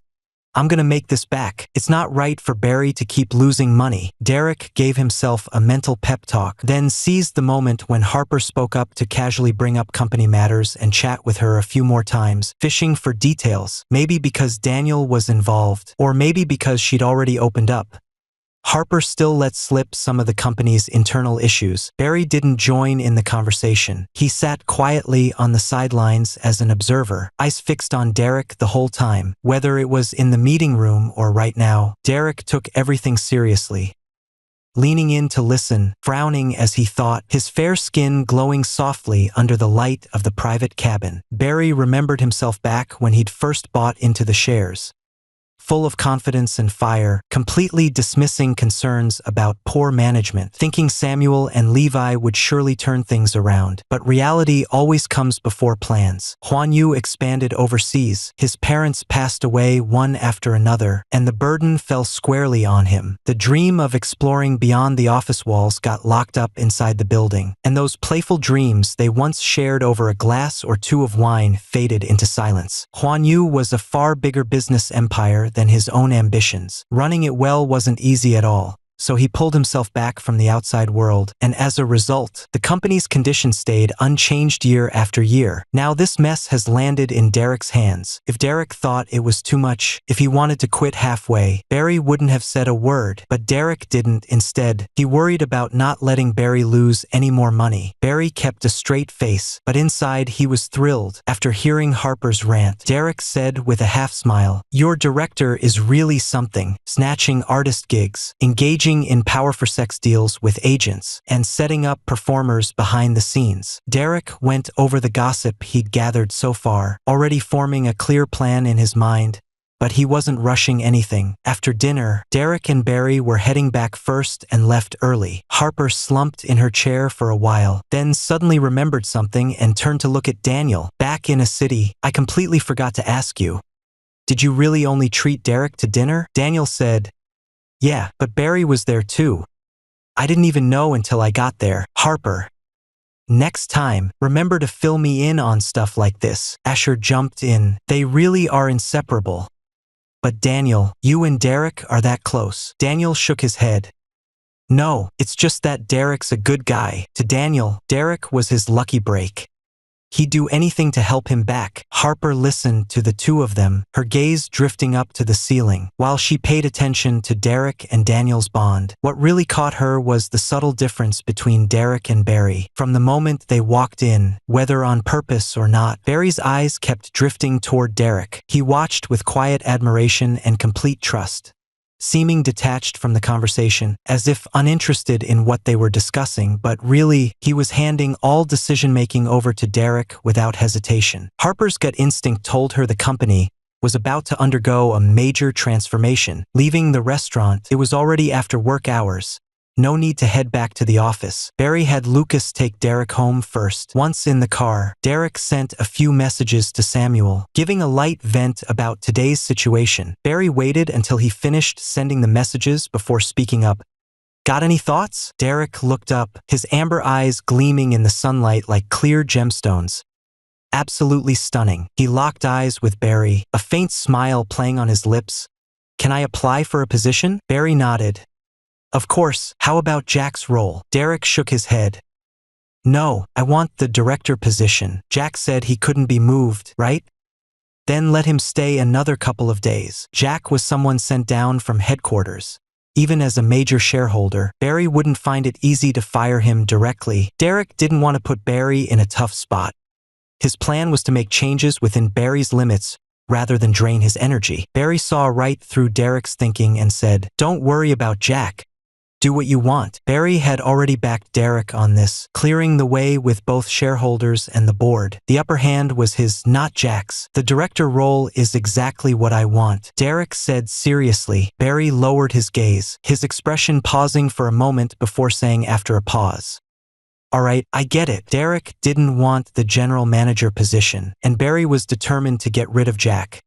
So the top spot would definitely be changing hands. Anyone else would just become a roadblock for Derek. Barry thought hard and quickly came up with someone. Samuel was idle at headquarters anyway.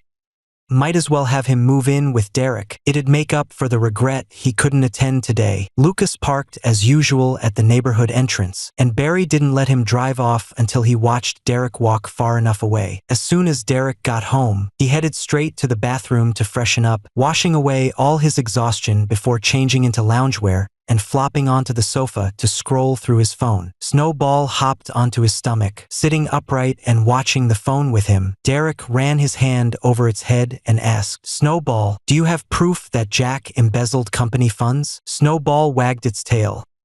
"Yeah, but getting it from me isn't through official channels. Still want it, Derek? Unofficial sources are questionable.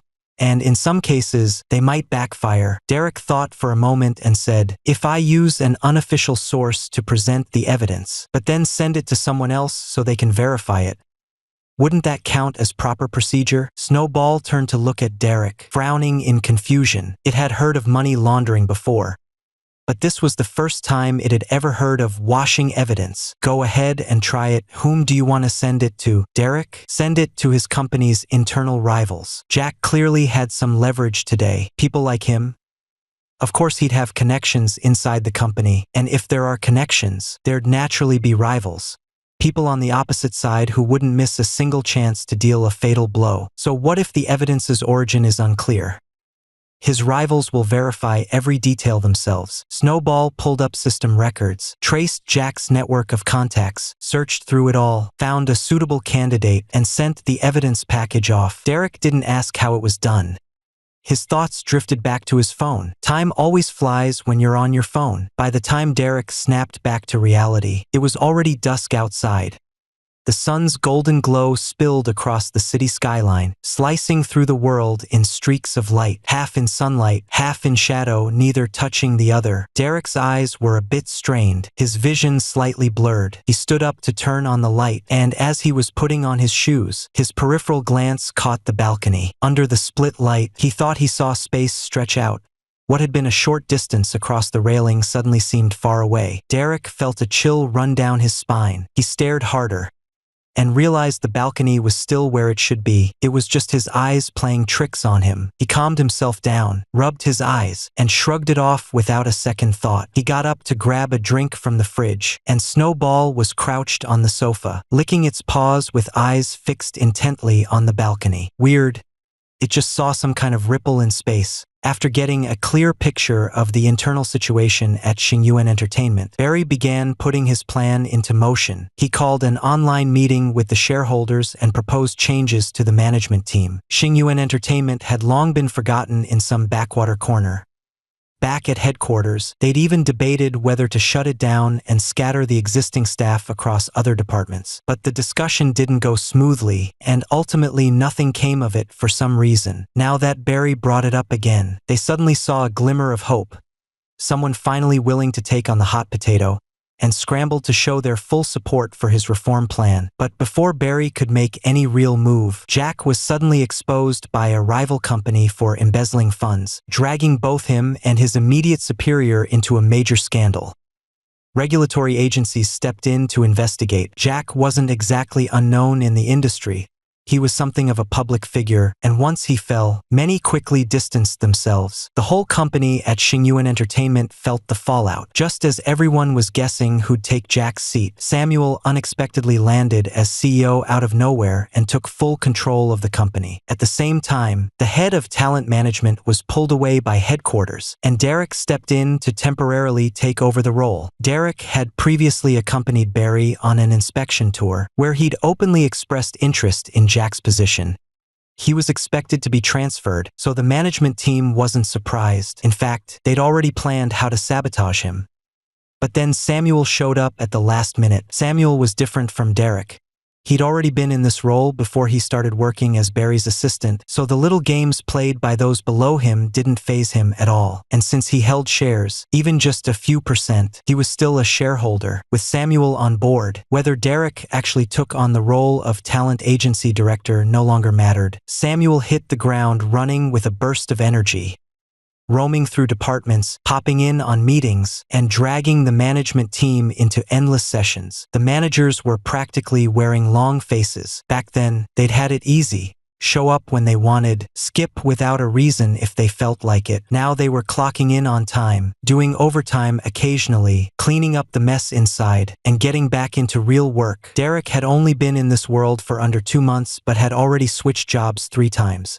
His ability to adapt kept improving. He'd been running non-stop for days, fixing the chaotic mess left by his predecessor and crafting tailored development plans based on each artist's strengths. Asher's real talent was singing, so Harper managed to get him back on that music variety show he'd originally landed. When it came time for Daniel to join the project, Derek had Harper take him to audition for a dual-lead xianxia drama. Derek's changes stirred up discontent among the original artists.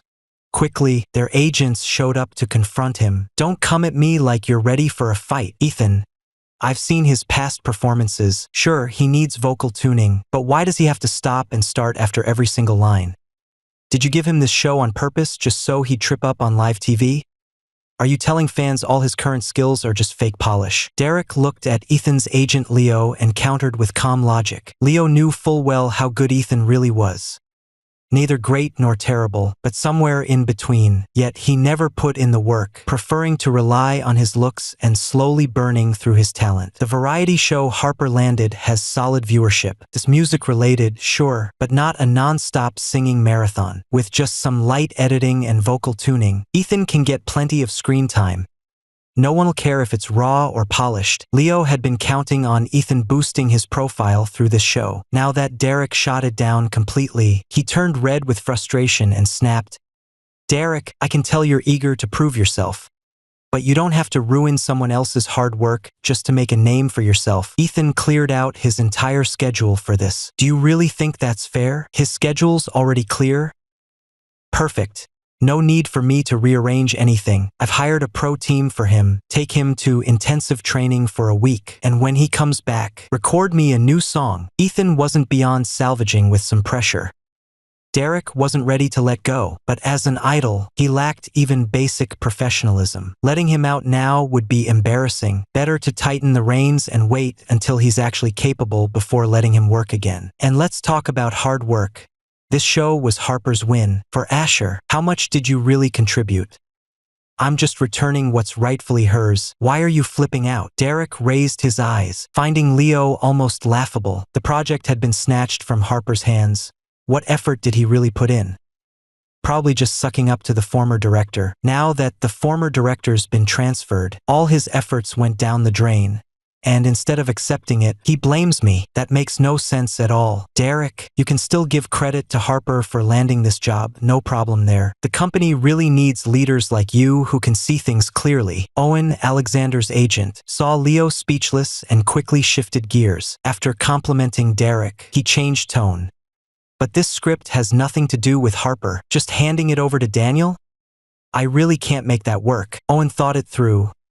Alexander might blow money like crazy, but his acting wasn't the issue. He just needed a leading role. Even though it's a dual lead drama, the part with most screen time was given to Alexander. With some smart packaging, he could totally pull it off. Owen had gone to great lengths to connect Alexander with the investors, thinking everything was set, only to have it snatched from under him internally. Derek pulled open the drawer and handed Owen a new script. Alexander's previous roles were well received. "I've got something even better here.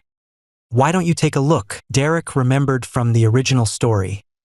Alexander had vanished with the money, leaving investors stranded and the production's budget in ruins. The second half of the film was weak, and the effects drew a lot of criticism. It only became popular because the script and performances saved it. There was no way Derek would let Alexander steal funds again and wreck another production. Money should be spent where it truly counts. Owen stepped forward, took the script from Derek's hand, flipped through it quickly, and couldn't hide his excitement. This was a real lead role in an epic production way above that dual lead project. The former supervisor had always kept this one under wraps. He'd never dared to dream of it, but now Derek handed it straight to Alexander. "Is this really for Alexander?" Owen closed the script and asked again, barely believing his ears. Derek nodded. It was indeed a big-budget project, but due to its controversial subject matter, it had been shelved for years. Never even made it to the table. Alexander's character was basically a ticking time bomb. He spent recklessly because he was into gambling on stones. Owen had helped set up the connection with investors, but behind his back, Alexander started charming the investors himself. He won them over completely and then used film investment as a cover to drain their money. He took the money straight to gamble on stones and lost it all. With no way to cover the hole, he vanished overseas. The original story didn't reveal what happened to him in the end, but chances are not good. Derek sending him to another set has effectively changed his path, making it much harder for him to pull off the same scam. Owen was overjoyed, convinced this was a stroke of luck straight out of a dream. His earlier grumpiness vanished the moment he stepped into the office, and now he found Derek perfectly acceptable in every way. Derek wasn't like the previous director. He didn't need to be buttered up or flattered. He handed out responsibilities fairly and according to need, which saved everyone from having to obsess over gift-giving. After dismissing the two men, Derek leaned back in his chair for a short rest when his phone buzzed. He picked it up and saw a message from Samuel. "Samuel." Crying? "Babe, I've been through all this hardship with you. Shouldn't you at least show some appreciation?" Derek chuckled and replied, "You're the shareholder, I'm just the employee. Who's really doing the suffering here?" The fact that Samuel was a shareholder, something Derek only learned after joining the company, hadn't mattered much. His stake was tiny, so he probably didn't even care, just treating it as a bit of fun. After replying, Derek couldn't help but think about Barry. Barry had only moved Samuel to a different role. His official title stayed unchanged. Right now, he was just an agent. Barry's idea was for him to settle in first. If he got the hang of things and became stable, then a real change would come later. Until then, Derek still had the option to go back. Samuel thought Barry was playing games. His real goal wasn't what it seemed. But Derek didn't mind. With no future of his own, he preferred not to think too far ahead. Right now, he just enjoyed being near Barry. He'd never been away from Barry for this long since arriving in this world. Being without him for a few days already felt strange and off-kilter. Derek swiped through his phone, found Barry's contact, spent ages thinking about what to say, then finally sent. "You there?" Derek glanced at his phone. Barry should be busy this time of day, so he didn't expect an immediate reply. Just as he was about to put the phone down, a message popped up. "Barry, Xingyuan Entertainment is back online." Before Derek joined Xingyuan Entertainment, Barry had told him to reach out if anything came up, but Derek felt fine on his own and didn't think he needed help, so he just kept working hard without contacting anyone. Now, seeing Barry's message, Derek first laughed. But as he kept laughing, a subtle hint of disappointment crept in. It was like Barry was subtly asking why it took him so long to reach out. Derek could almost picture Barry frowning through the screen and quickly explained he'd been swamped with work, then gave a detailed update on his progress. With Samuel overseeing things, Derek's work was going smoothly. The department's internal report was almost done, but since Barry was watching his phone, the manager figured he'd come to listen in. Probably had something to say. and decided not to call it a day yet. Barry stared at the long string of work updates on his screen. His brow furrowed. Was that all Derek wanted to talk about? Work? Nothing else? Barry put his phone away without replying right away. Seeing the meeting was over and everyone waiting for him to speak, he stood up and left the conference room first. Only after walking back to his office did Barry pull out his phone again, hoping Derek might have sent something else. But the message thread still only had work updates. Barry's eyes dimmed slightly, and he sent a single period back. Fine, I get it. Derek blinked at the period. Was that satisfaction or not? He scrolled through his report. Perfect. No details missed. A little while later, Barry replied again. Good job. This time, no period. Derek stared at those 4 words for a while, smiling to himself. He thought Barry was acting weird, but he didn't ask further. This part was settled, and tomorrow he could head back to Huanyu for a check-in. We'll talk when we see each other then. Derek was just about to put his phone away when a little popped up in the top left corner. He tapped it open. Samuel? I don't care. The island hopping trip this week is all set. I've got the yacht ready. Just bring yourself along. And he even attached a photo of the yacht. Just the 4 of us, no one else. Derek was impressed by his go-getter attitude. Both of the others had already agreed, so there was no point in playing hard to get with Samuel. Derek? Sure thing. Let's do it. Samuel? I know you're the best. Now Barry can't say no to me. Derek? Huh? Derek scrolled back through the messages. Samuel had indeed mentioned 4 people. He'd assumed Samuel had already lined everyone up, but turns out he'd tricked him into joining first before bringing in the other 2. Derek, you're not playing both sides, are you, Samuel? Are you kidding? I'm using you to lure in Mr. Barry. Samuel didn't bother hiding his mischievous streak. Ever since he discovered that pretending to need Derek's help was a fast and effective way to get through to Barry, he'd perfected a brand new tactic. Derek gave a wry half-smile and typed, Barry won't fall for that. Before he could finish typing, Samuel's message popped up first. Samuel? Got it. Derek froze, then quietly deleted what he'd just typed. Alright, he takes it back. Samuel had set up a weekend meetup, and Derek figured he might run into him on the yacht, so he ditched the idea of going back to Huanyu for check-in. The rest of his workday was spent at Xingyuan Entertainment, where he got all the other artists moving by assigning them tasks. Derek brought energy, and Samuel had a way with things. What used to be barely alive was now getting done in just 1 week what usually took half a month. The productivity boost was undeniable. For the first time, the usual office slackers were genuinely looking forward to Friday's arrival. They really needed some rest and relaxation. Derek finished setting up next week's schedule, glanced at the clock on the wall, and saw he still had half an hour until quitting time. He stretched his arms lazily, thinking he could sneak in a little downtime. His hands hadn't even come back when Samuel pushed open the door. Time to go. Time to go. Did you get your stuff packed? Samuel asked from just outside, not stepping in. Derek pulled his arms back. Not yet. I'll do it on the way home. Samuel gave a look like, I knew it, made a let's go gesture, and said, no need to pack then. Just send me your clothing size. I'll have the hotel get everything ready. Right now, let's head out. Leave today? But wasn't it supposed to be this weekend? Derek shut down his computer and started tidying up his desk. I can pack fast. I'm not taking long, so wait a few minutes. Isn't Friday evening basically the start of the weekend? Samuel didn't see anything wrong with the plan. Leaving now meant they'd reach the island hotel by nightfall, sleep through 1 full night, and then head straight out on the yacht the next morning. Derek always admired Samuel's ability to just go. No hesitation. But he still needed to return home for his luggage and a few essentials. After thinking it over, Samuel didn't object. Instead, he followed Derek's car back to the apartment. Derek was someone who planned ahead. Packing went fast. Sam felt like they just walked in when Derek already had his backpack packed and was ready to leave. Samuel rubbed his chin, impressed by Derek's efficiency. Unlike Derek, he was the kind who hated packing luggage. Usually just grabbed a few essentials and picked up what he needed once he got to the destination. Flying to the island meant Derek didn't drive.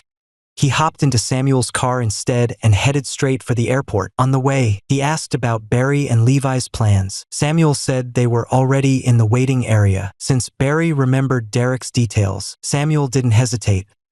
He told him to book tickets for all 4 of them. By the time Samuel and Derek arrived, it was just perfect timing. The 4 of them met up at the airport. Derek spotted Barry right away. Today he wasn't wearing a suit, just casual clothes, his demeanor quiet and restrained, still cool but without that sharp edge. Under those naturally deep-set brows, Barry's blue eyes locked onto Derek the instant he looked over. The chill in his gaze melted away like ice under sunlight, instantly replaced by a soft smile that softened his entire face. It had only been a few days since they'd seen each other, but this moment felt like it had spanned much longer. Derek felt something stir in his chest, his heartbeat skipping a beat. He didn't look away. Instead, he gave a warm smile back. Barry had booked first-class seats. As soon as Samuel stepped on board, he said, "Wake me when we land," then slipped on his eye mask and drifted off to sleep. Levi, still dealing with unfinished work, pulled out his laptop and got straight to it. Derek glanced over and teased, "Levi, you're really pushing it.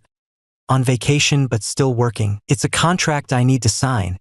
It can't wait." Levi didn't seem bothered at all, already typing away without looking up. If Samuel hadn't practically begged him to come, threatening to cut ties if he didn't, he wouldn't have brought his laptop on the plane. It was finally time off, and he just wanted a nice little weekend. Derek gave him a pitying look, then glanced back and noticed Barry watching him. The 2 of them were seated side by side, so close that Derek could make out every single one of Barry's eyelashes, each slightly curled at the tip, casting a tiny shadow beneath his eyes. Without thinking, Derek straightened up and muttered, "Barry, you don't have any work to do." Barry said, "Yeah, signing a contract for Levi. All right, you can shut up now." Derek smirked. In this situation, he'd rather feel sorry for poor overworked Levi the beekeeper. The plane couldn't land directly on the island, so they transferred to a private shuttle at a hotel stop. By the time they arrived, it was already nightfall. Samuel took off his eye mask only after stepping out of the car, and then informed everyone he'd reserved just 2 suites. He quickly grabbed Derek's arm and said, "I'm rooming with Derek, no problem, right?" Barry shot him a sharp glance. He'd have believed it if this wasn't his own property. Levi yawned and said, "Whatever, I'm wiped out.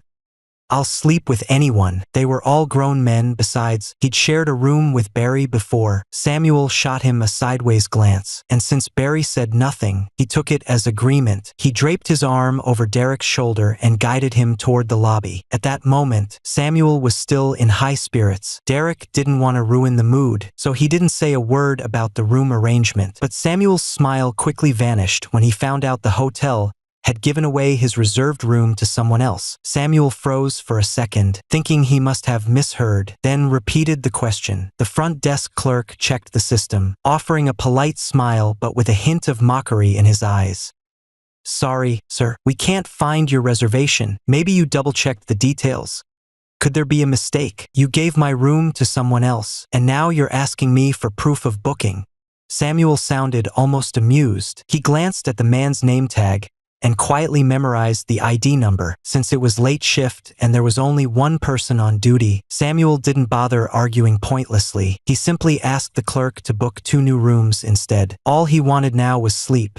Everything else could wait until tomorrow morning. "Sorry, sir. Our premium suites require advance booking. You can choose from our other packages," the man said, barely glancing up from his screen as he spoke. His overly arrogant attitude made Samuel laugh bitterly. Recalling recent negative reviews about the hotel, he finally understood what was going on. He lowered his voice and said, "Who even hired you? Didn't they give you basic training before letting you start work?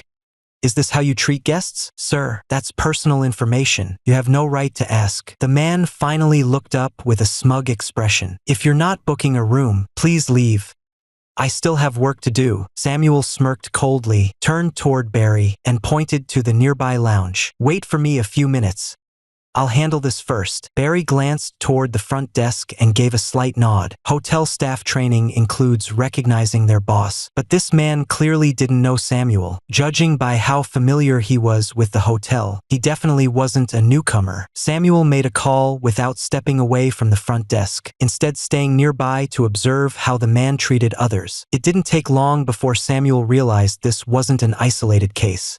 The man was clearly treating guests differently. He snapped at male visitors with obvious impatience. But when a good-looking woman walked by, he'd light up like a flower, cracking lame jokes that he thought were funny. In the lounge area, Derek glanced nervously toward the front desk and said, "Are you sure we shouldn't help? How could the hotel let something like this happen? Likely just an individual thing. We've been here plenty of times, and it's the first time we've seen anything like this," Levi said with a yawn. "Relax, he won't get hurt. He owns the place, and this island is part of the Sioux family's property." Samuel's mom was a real power player, thriving in showbiz and smart with business investments. These past years, she hadn't taken on any new ments. Most of her energy had shifted from entertainment to other ventures. She still felt young and wanted Samuel to enjoy himself for a few more years without much restriction. Derek felt a sudden respect. These women were impressive, each with their own life and career. Compared to that, Amelia, who had every advantage and could easily stand on her own, was completely dependent on William's handouts, like nothing more than an accessory. "Snowball, I didn't even ask. Has Amelia left the Liu family yet?" Barry glanced sideways. The lawyer was fast, heavy-duty work. Amelia cut ties with the Liu family and left straight away that same day. No hesitation at all. She's been gone for days now. The storyline's kind of messy. I don't even know where she is right. Snowball's voice cut off abruptly. He sucked in a sharp breath and said, "Derek, your luck really takes the cake. Here they come. What's coming?" Derek frowned, not waiting for Snowball to reply before he noticed Barry subtly frowning in the direction of the front desk. Derek followed his line of sight and spotted the two people he'd least expected: William and Amelia. Amelia hadn't been gone from the Liu family for more than a few days before she hooked up with William. The two came down the stairs together, no physical contact, but close enough to be almost touching. The front desk staff fawned over William, bowing and scraping. Samuel's expression darkened slightly, his gaze turning cold. He disliked William, and by extension, he regarded Amelia as nothing more than a filthy nuisance. "Samuel, brother, you're here too."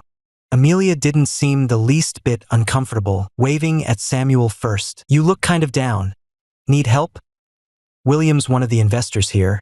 He'd probably be happy to lend a hand." Amelia spoke with an easygoing tone, carrying an air of unexplained superiority. William said nothing. Samuel's eyes turned icy. He ignored Amelia and instead snapped his fingers twice on the counter, demanding, "Did you give them the rooms I reserved?" Even if the hotel staff were careless, they couldn't have missed the word reserved.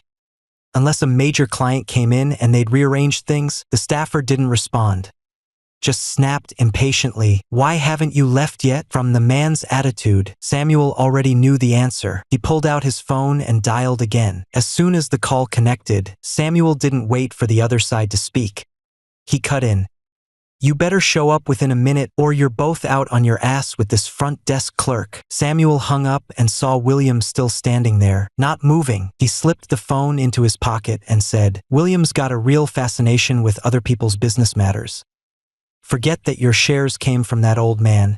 Even if you actually controlled everything, it'd only be part of the island, not this hotel. Get your priorities straight and stop getting so attached to things that aren't yours." Unlike the joint venture on the island, the hotel was entirely funded by Samuel's mother.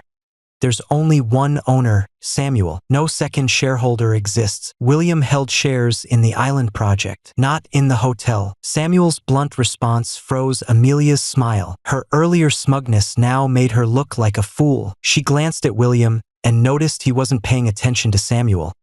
He was staring straight at the lounge area. The three in the lounge caught the commotion. Derek, recalling their deeper connection, stood up uneasily. Levi and Barry rose too. They exchanged glances and silently moved over. Seeing Barry, Amelia's smugness vanished instantly.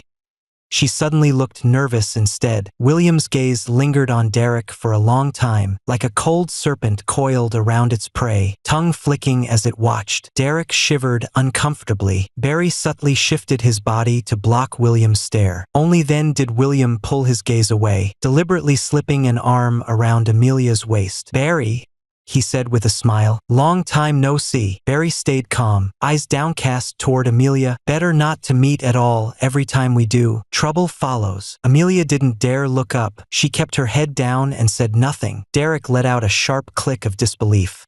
Had he really underestimated the bond between the main characters?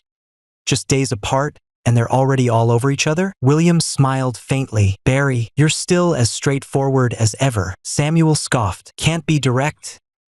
Gotta watch out for the one with the learning difficulties. Ha! After being shot down by Samuel again, William could no longer ignore him. His gaze snapped to the man, cold and sharp. Snowball.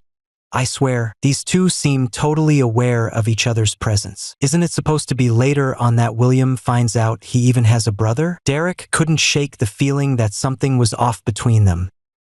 Tense, charged like a fuse about to blow at any second. Snowball shrugged. Could just be mutual dislike. Though, William was such a pain in the neck. Samuel kept throwing barbs left and right.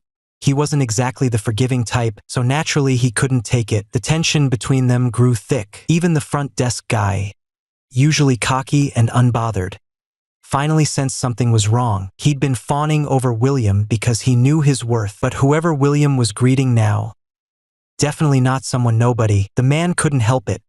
He sent a quick message to his team, but before anyone could respond, the floor manager burst into the lobby in a panic, sprinting straight toward the front desk. The sight before him froze his blood and soaked his whole body in sweat. Sir? Barry William. The manager bobbed and weaved with nervous bows. Facing this disaster, his vision blurred again and again. How in the world had all three of them ended up here today?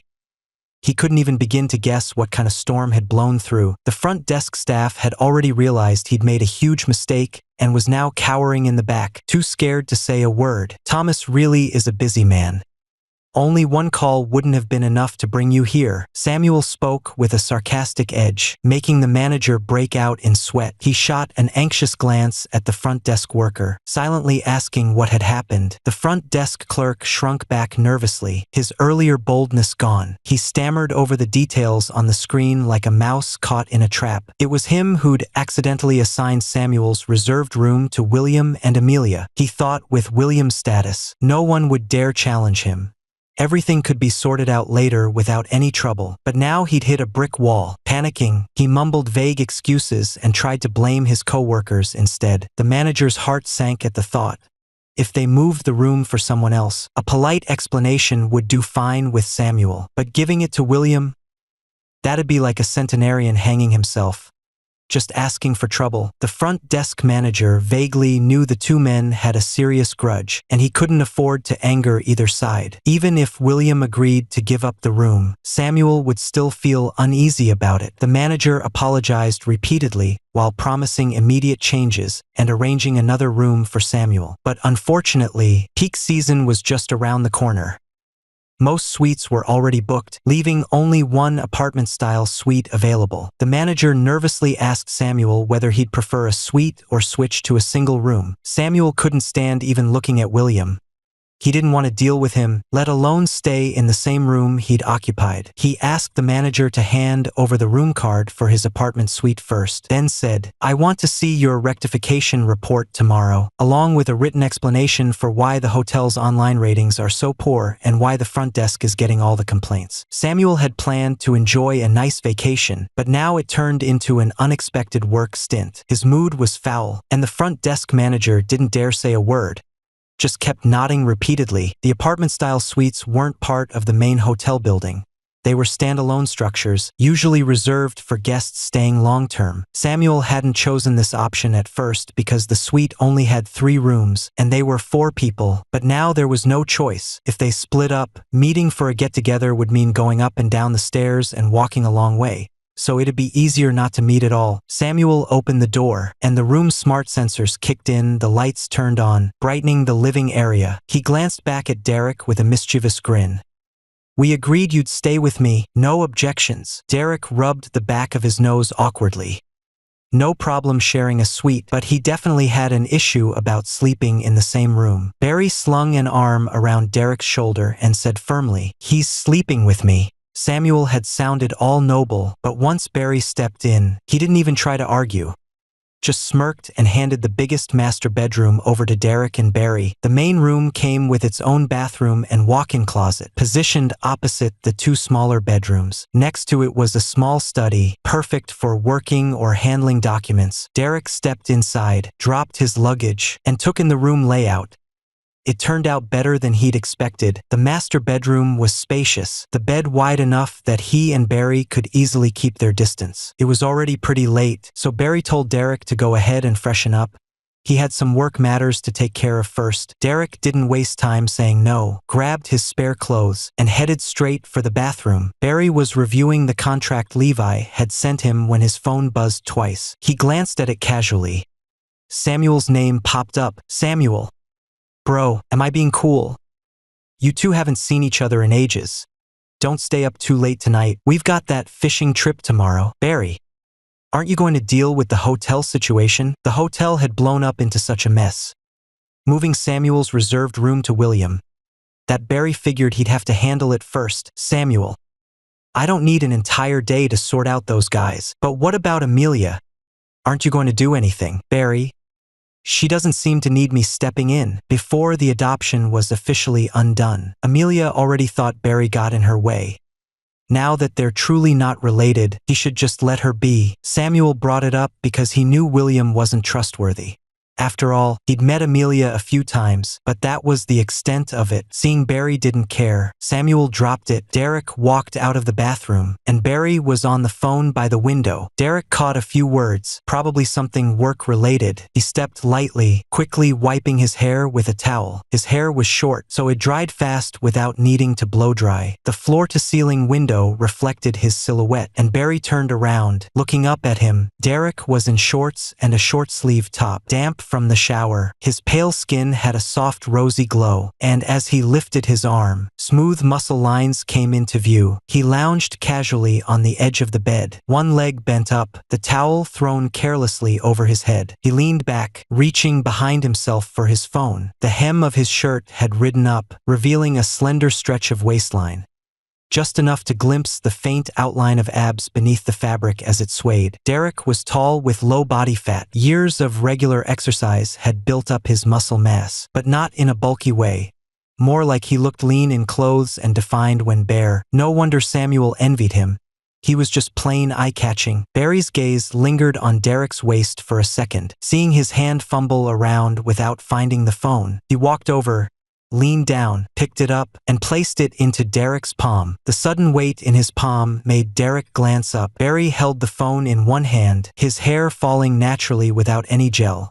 No matter how awkward the angle, his striking good looks were impossible to hide. Their eyes met. Barry's blue irises sparkled with amusement, bright as stars and deep like a quiet night sky. Derek's heart raced. He quickly pushed himself up, scooted over to the other side of the bed, and tugged at his shirt hem. The call ended on the other end. Barry set down his phone, stood up, then calmly unbuttoned his shirt as if that little moment hadn't happened at all. Derek looked away, picking up his phone to distract himself. He scrolled mindlessly through the screen, his gaze drifting when he caught sight of Barry tossing his clothes onto the armrest of a nearby chair. He paused, then couldn't help but glance up. Barry walked past him, his posture straight, broad shoulders and smooth, defined muscles clearly visible. Derek's eyes followed him all the way into the bathroom, lingering long after he'd disappeared. Barry really doesn't treat me like a stranger.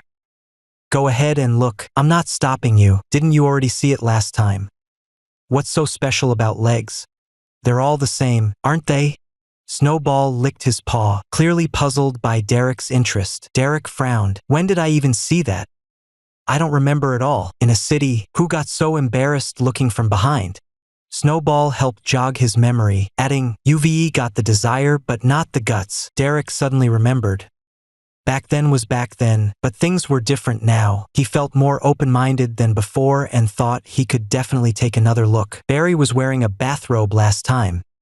Don't make stuff up. Snowball let out a scoff. If Barry were really standing naked in front of you, you'd have already bolted. Derek. A shower's splashing sounds came from the bathroom. Derek lay face down on the bed, propping his chest up with a pillow as he focused on scrolling through his phone. Barry soon came out of the bathroom, a towel wrapped around his waist. Derek heard the noise and turned to look. surprised to see him come out like that. His gaze lingered on Barry. Calm as ever, Barry headed toward the wardrobe to grab his clothes. Having forgotten in the rush, Barry pulled on his clothes, and Derek realized he was turning away to change. A strange warmth crept up his face, and the lingering look in his eyes, once so intent, now cleared with sudden flustered awkwardness. Snowball was right. Derek had all the desire but not the courage. He didn't dare glance again, quickly turning his head away, afraid of seeing something he shouldn't. His eyes stayed on the phone screen while his mind went blank. Scrolling through videos one after another, not even sure what he was watching anymore. After changing into clothes and drying his hair, Barry walked over. As he bent down to pick up the phone, he heard a strange sound coming from it. Glancing up just in time to catch a glimpse of a kissing video thumbnail on screen. The clip was full of mood. Two silhouettes drawing close under warm, yellow lights, their kiss starting soft and hesitant before growing bolder. Hands pressing against the back of necks, pulling each other down with bold, commanding force. No faces were shown, but there were sultry breaths and wet, sticky sounds that lingered in the air. Barry froze for a second, eyebrows lifting slightly. Derek felt his stare and snapped back to reality, only then realizing his phone had somehow wandered off to some completely weird channel. Was this really the kind of thing he should be watching right now? Was this something he should be listening to right now? That kind of thing should only be shoved at him when no one's around. Derek quickly swiped it away, terrified that even a second longer would make Barry think he was some kind of creep. Luckily, the next video was totally normal gossip, which put him at ease. Barry settled down on the edge of the bed. Unlike last time with his robe tease, he looked perfectly put together today.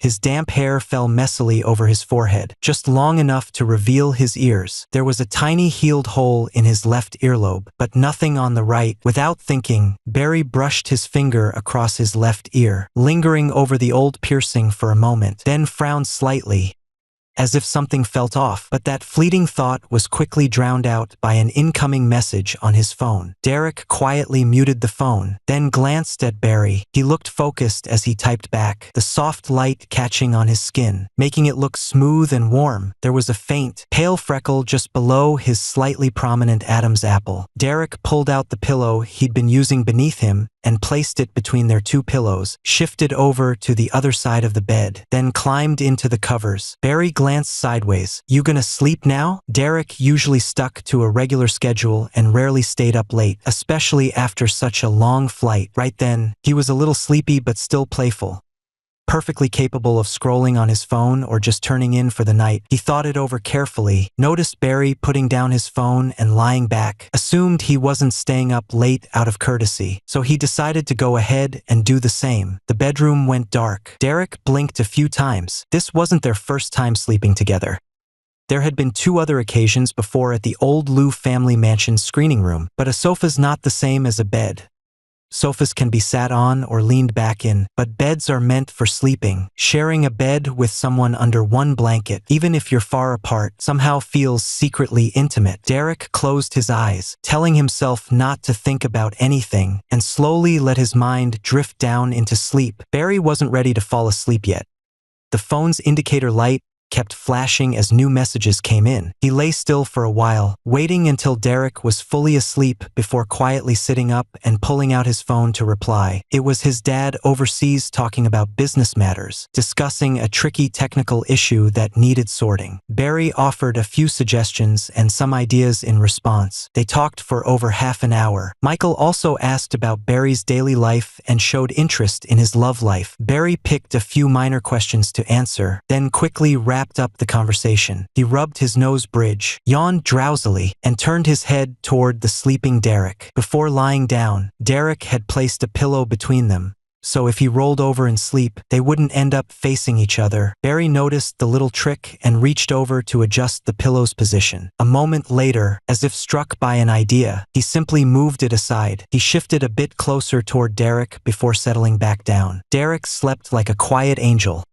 No sound at all. Barry turned sideways, watching him in the dark for a long time, then whispered softly, "Good night." Derek didn't dream at all that night. He woke up feeling refreshed, the sky outside still tinged with dawn. Derek sat up on the bed, ruffled his hair, pulled out his phone to check the time, then turned toward the other side of the mattress. Barry was still asleep, one hand resting outside the blanket, pressing it down over his chest, and the slightly open collar revealing a hint of his elegant collarbone. Derek leaned in, letting his gaze settle on Barry's face. It was almost the first time he'd truly seen Barry's sleeping face.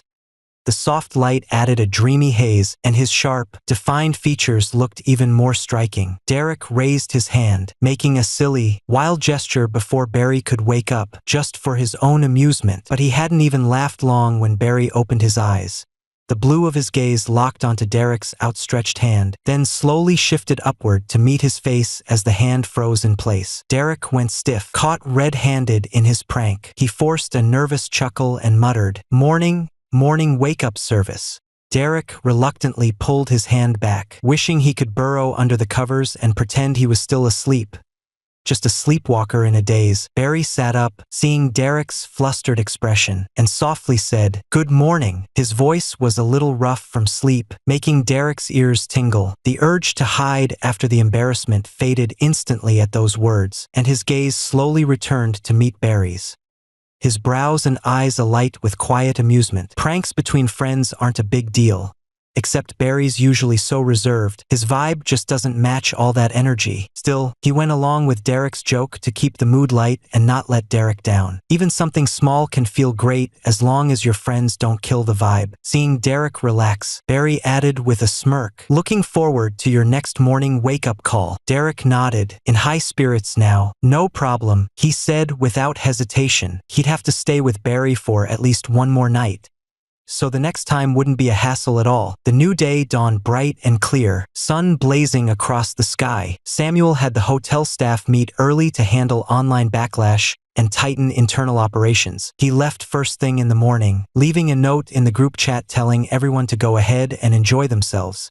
He'd catch up once he was done, no need to wait. But the other three didn't move. Derek had just come back from the gym and was having breakfast when he remembered how Samuel had acted toward William yesterday, sparking a quiet suspicion in his mind. Samuel mentioned that only he had his name on the hotel, and also said William owned shares in an island, but clearly, those shares weren't originally his. Someone else must have given them to him. Samuel referred to whoever gave William the shares as old guy, and he said it with sharp irritation.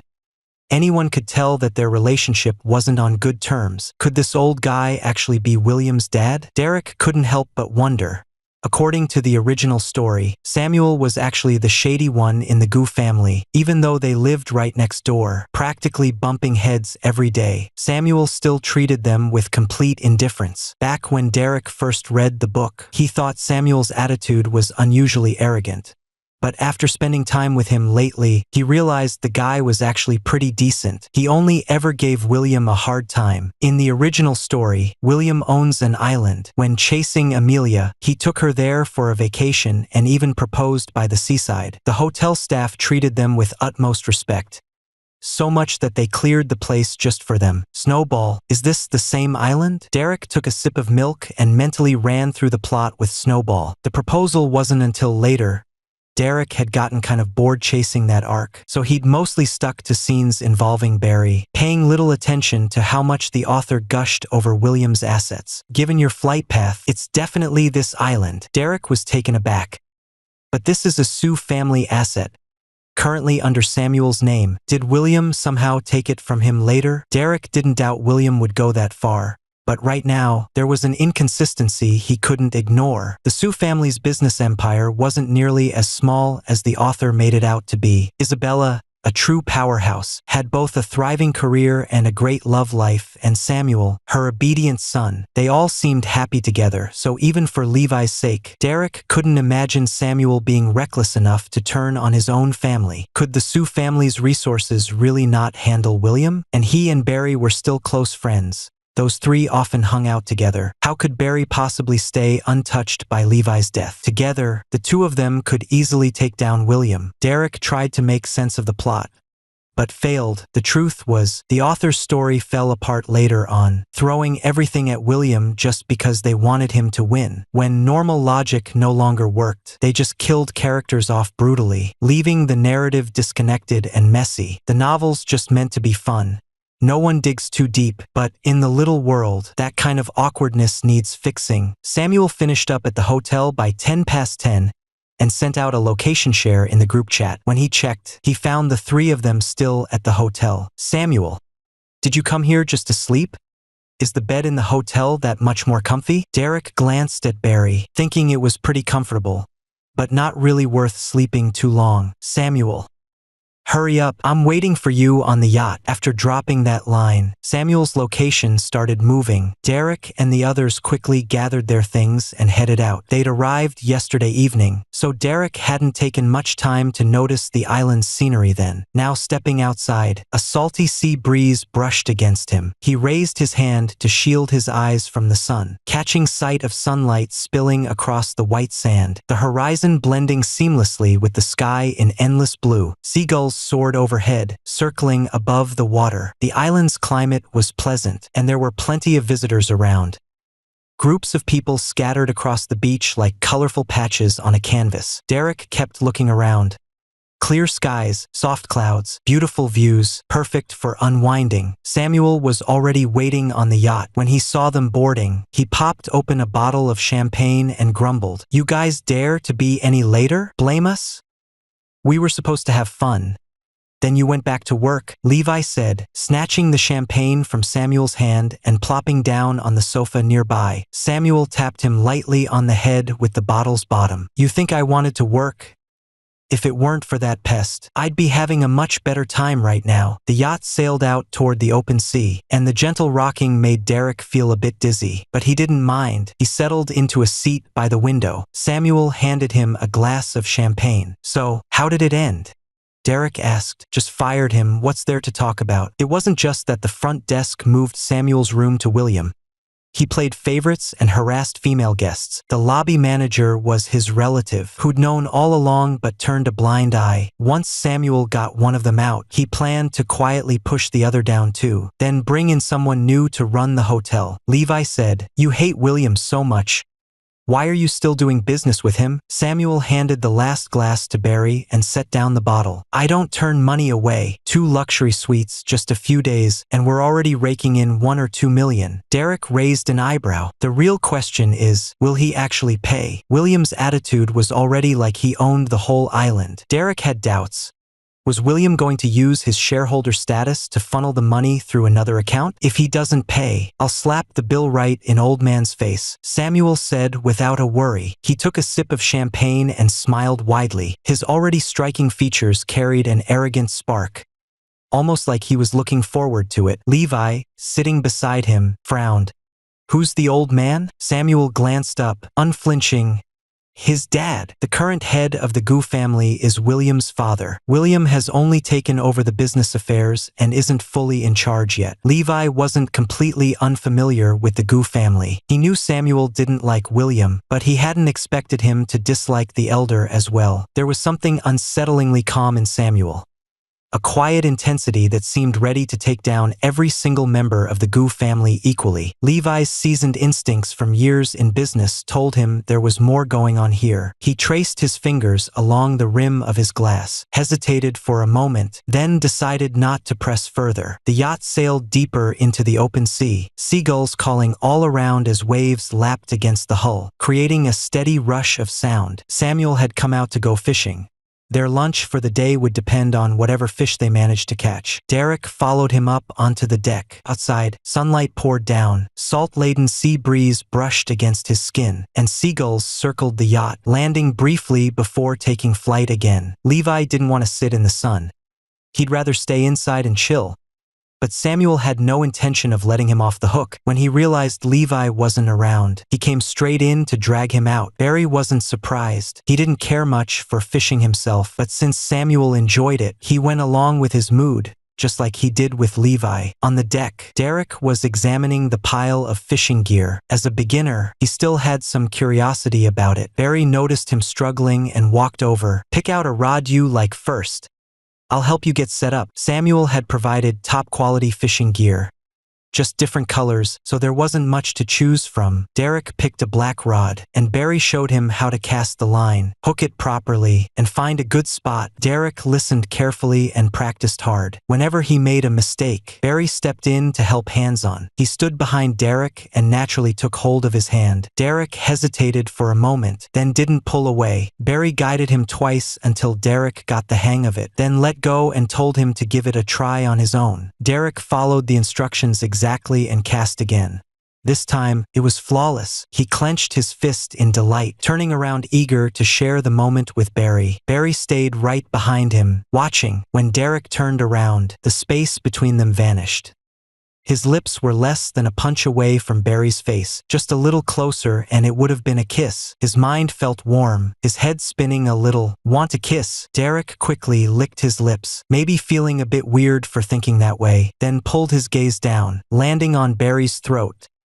There was a tiny mole there, so faint, but the spot made it impossible to ignore. Kinda hot. Derek noticed Barry's throat move. The hand resting on one side lifted and settled on Derek's neck. Derek froze. Seeing Barry's face drawing near made his pupils shrink. His already dizzy mind went completely blank, and he instinctively held his breath. Barry looked down, his blue eyes like a ripple-filled sea, deep and endless, pulling you in, impossible to resist. He leaned in toward Derek's face, about to kiss him, when Samuel and Levi's voices came from behind. Their bickering snapped Barry back to reality, and Derek finally came to his senses. Their stance hadn't changed, but the distance between their faces had widened. Samuel stepped onto the deck, caught sight of the position they'd just scrambled out of, paused for a beat, then quickened his pace to stand right between them, grinning mischievously. "What's going on?" Derek got caught red-handed. His ears turned bright pink instantly. He stole a quick glance at Barry and came up with a lame excuse. "My eyes are bothering me. I think something got in." Samuel saw right through the lie but didn't call him out. Instead, he leaned in playfully. "Let me take a closer look then." Derek stepped back. "No thanks, I'm fine now. You don't get to decide." Samuel reached out with his mischief-making hands, but Barry grabbed the back of his jacket and yanked him aside, shoving a fishing rod into his hand. "Stop messing around. I'd rather not have lunch on the open sea." Samuel shot him a sidelong glance and teased. "Like you'd ever go thirsty?" "I might, but someone else wouldn't let that happen." Derek's ears still burned hot. Hearing Samuel's words, his face flushed too. He quickly glanced at Barry's expression. Calm as ever, like nothing had happened, as if the tension just moments ago was all in Derek's head. Derek felt a pang of disappointment. He touched his chest. The frantic racing of his heart finally settled into a quiet calm that somehow made him feel off-kilter. The yacht gently swayed, and he felt even more lightheaded. "Snowball? Am I sick?" Snowball hit the nail on the head. "Yes, it's a terminal case. Love sickness.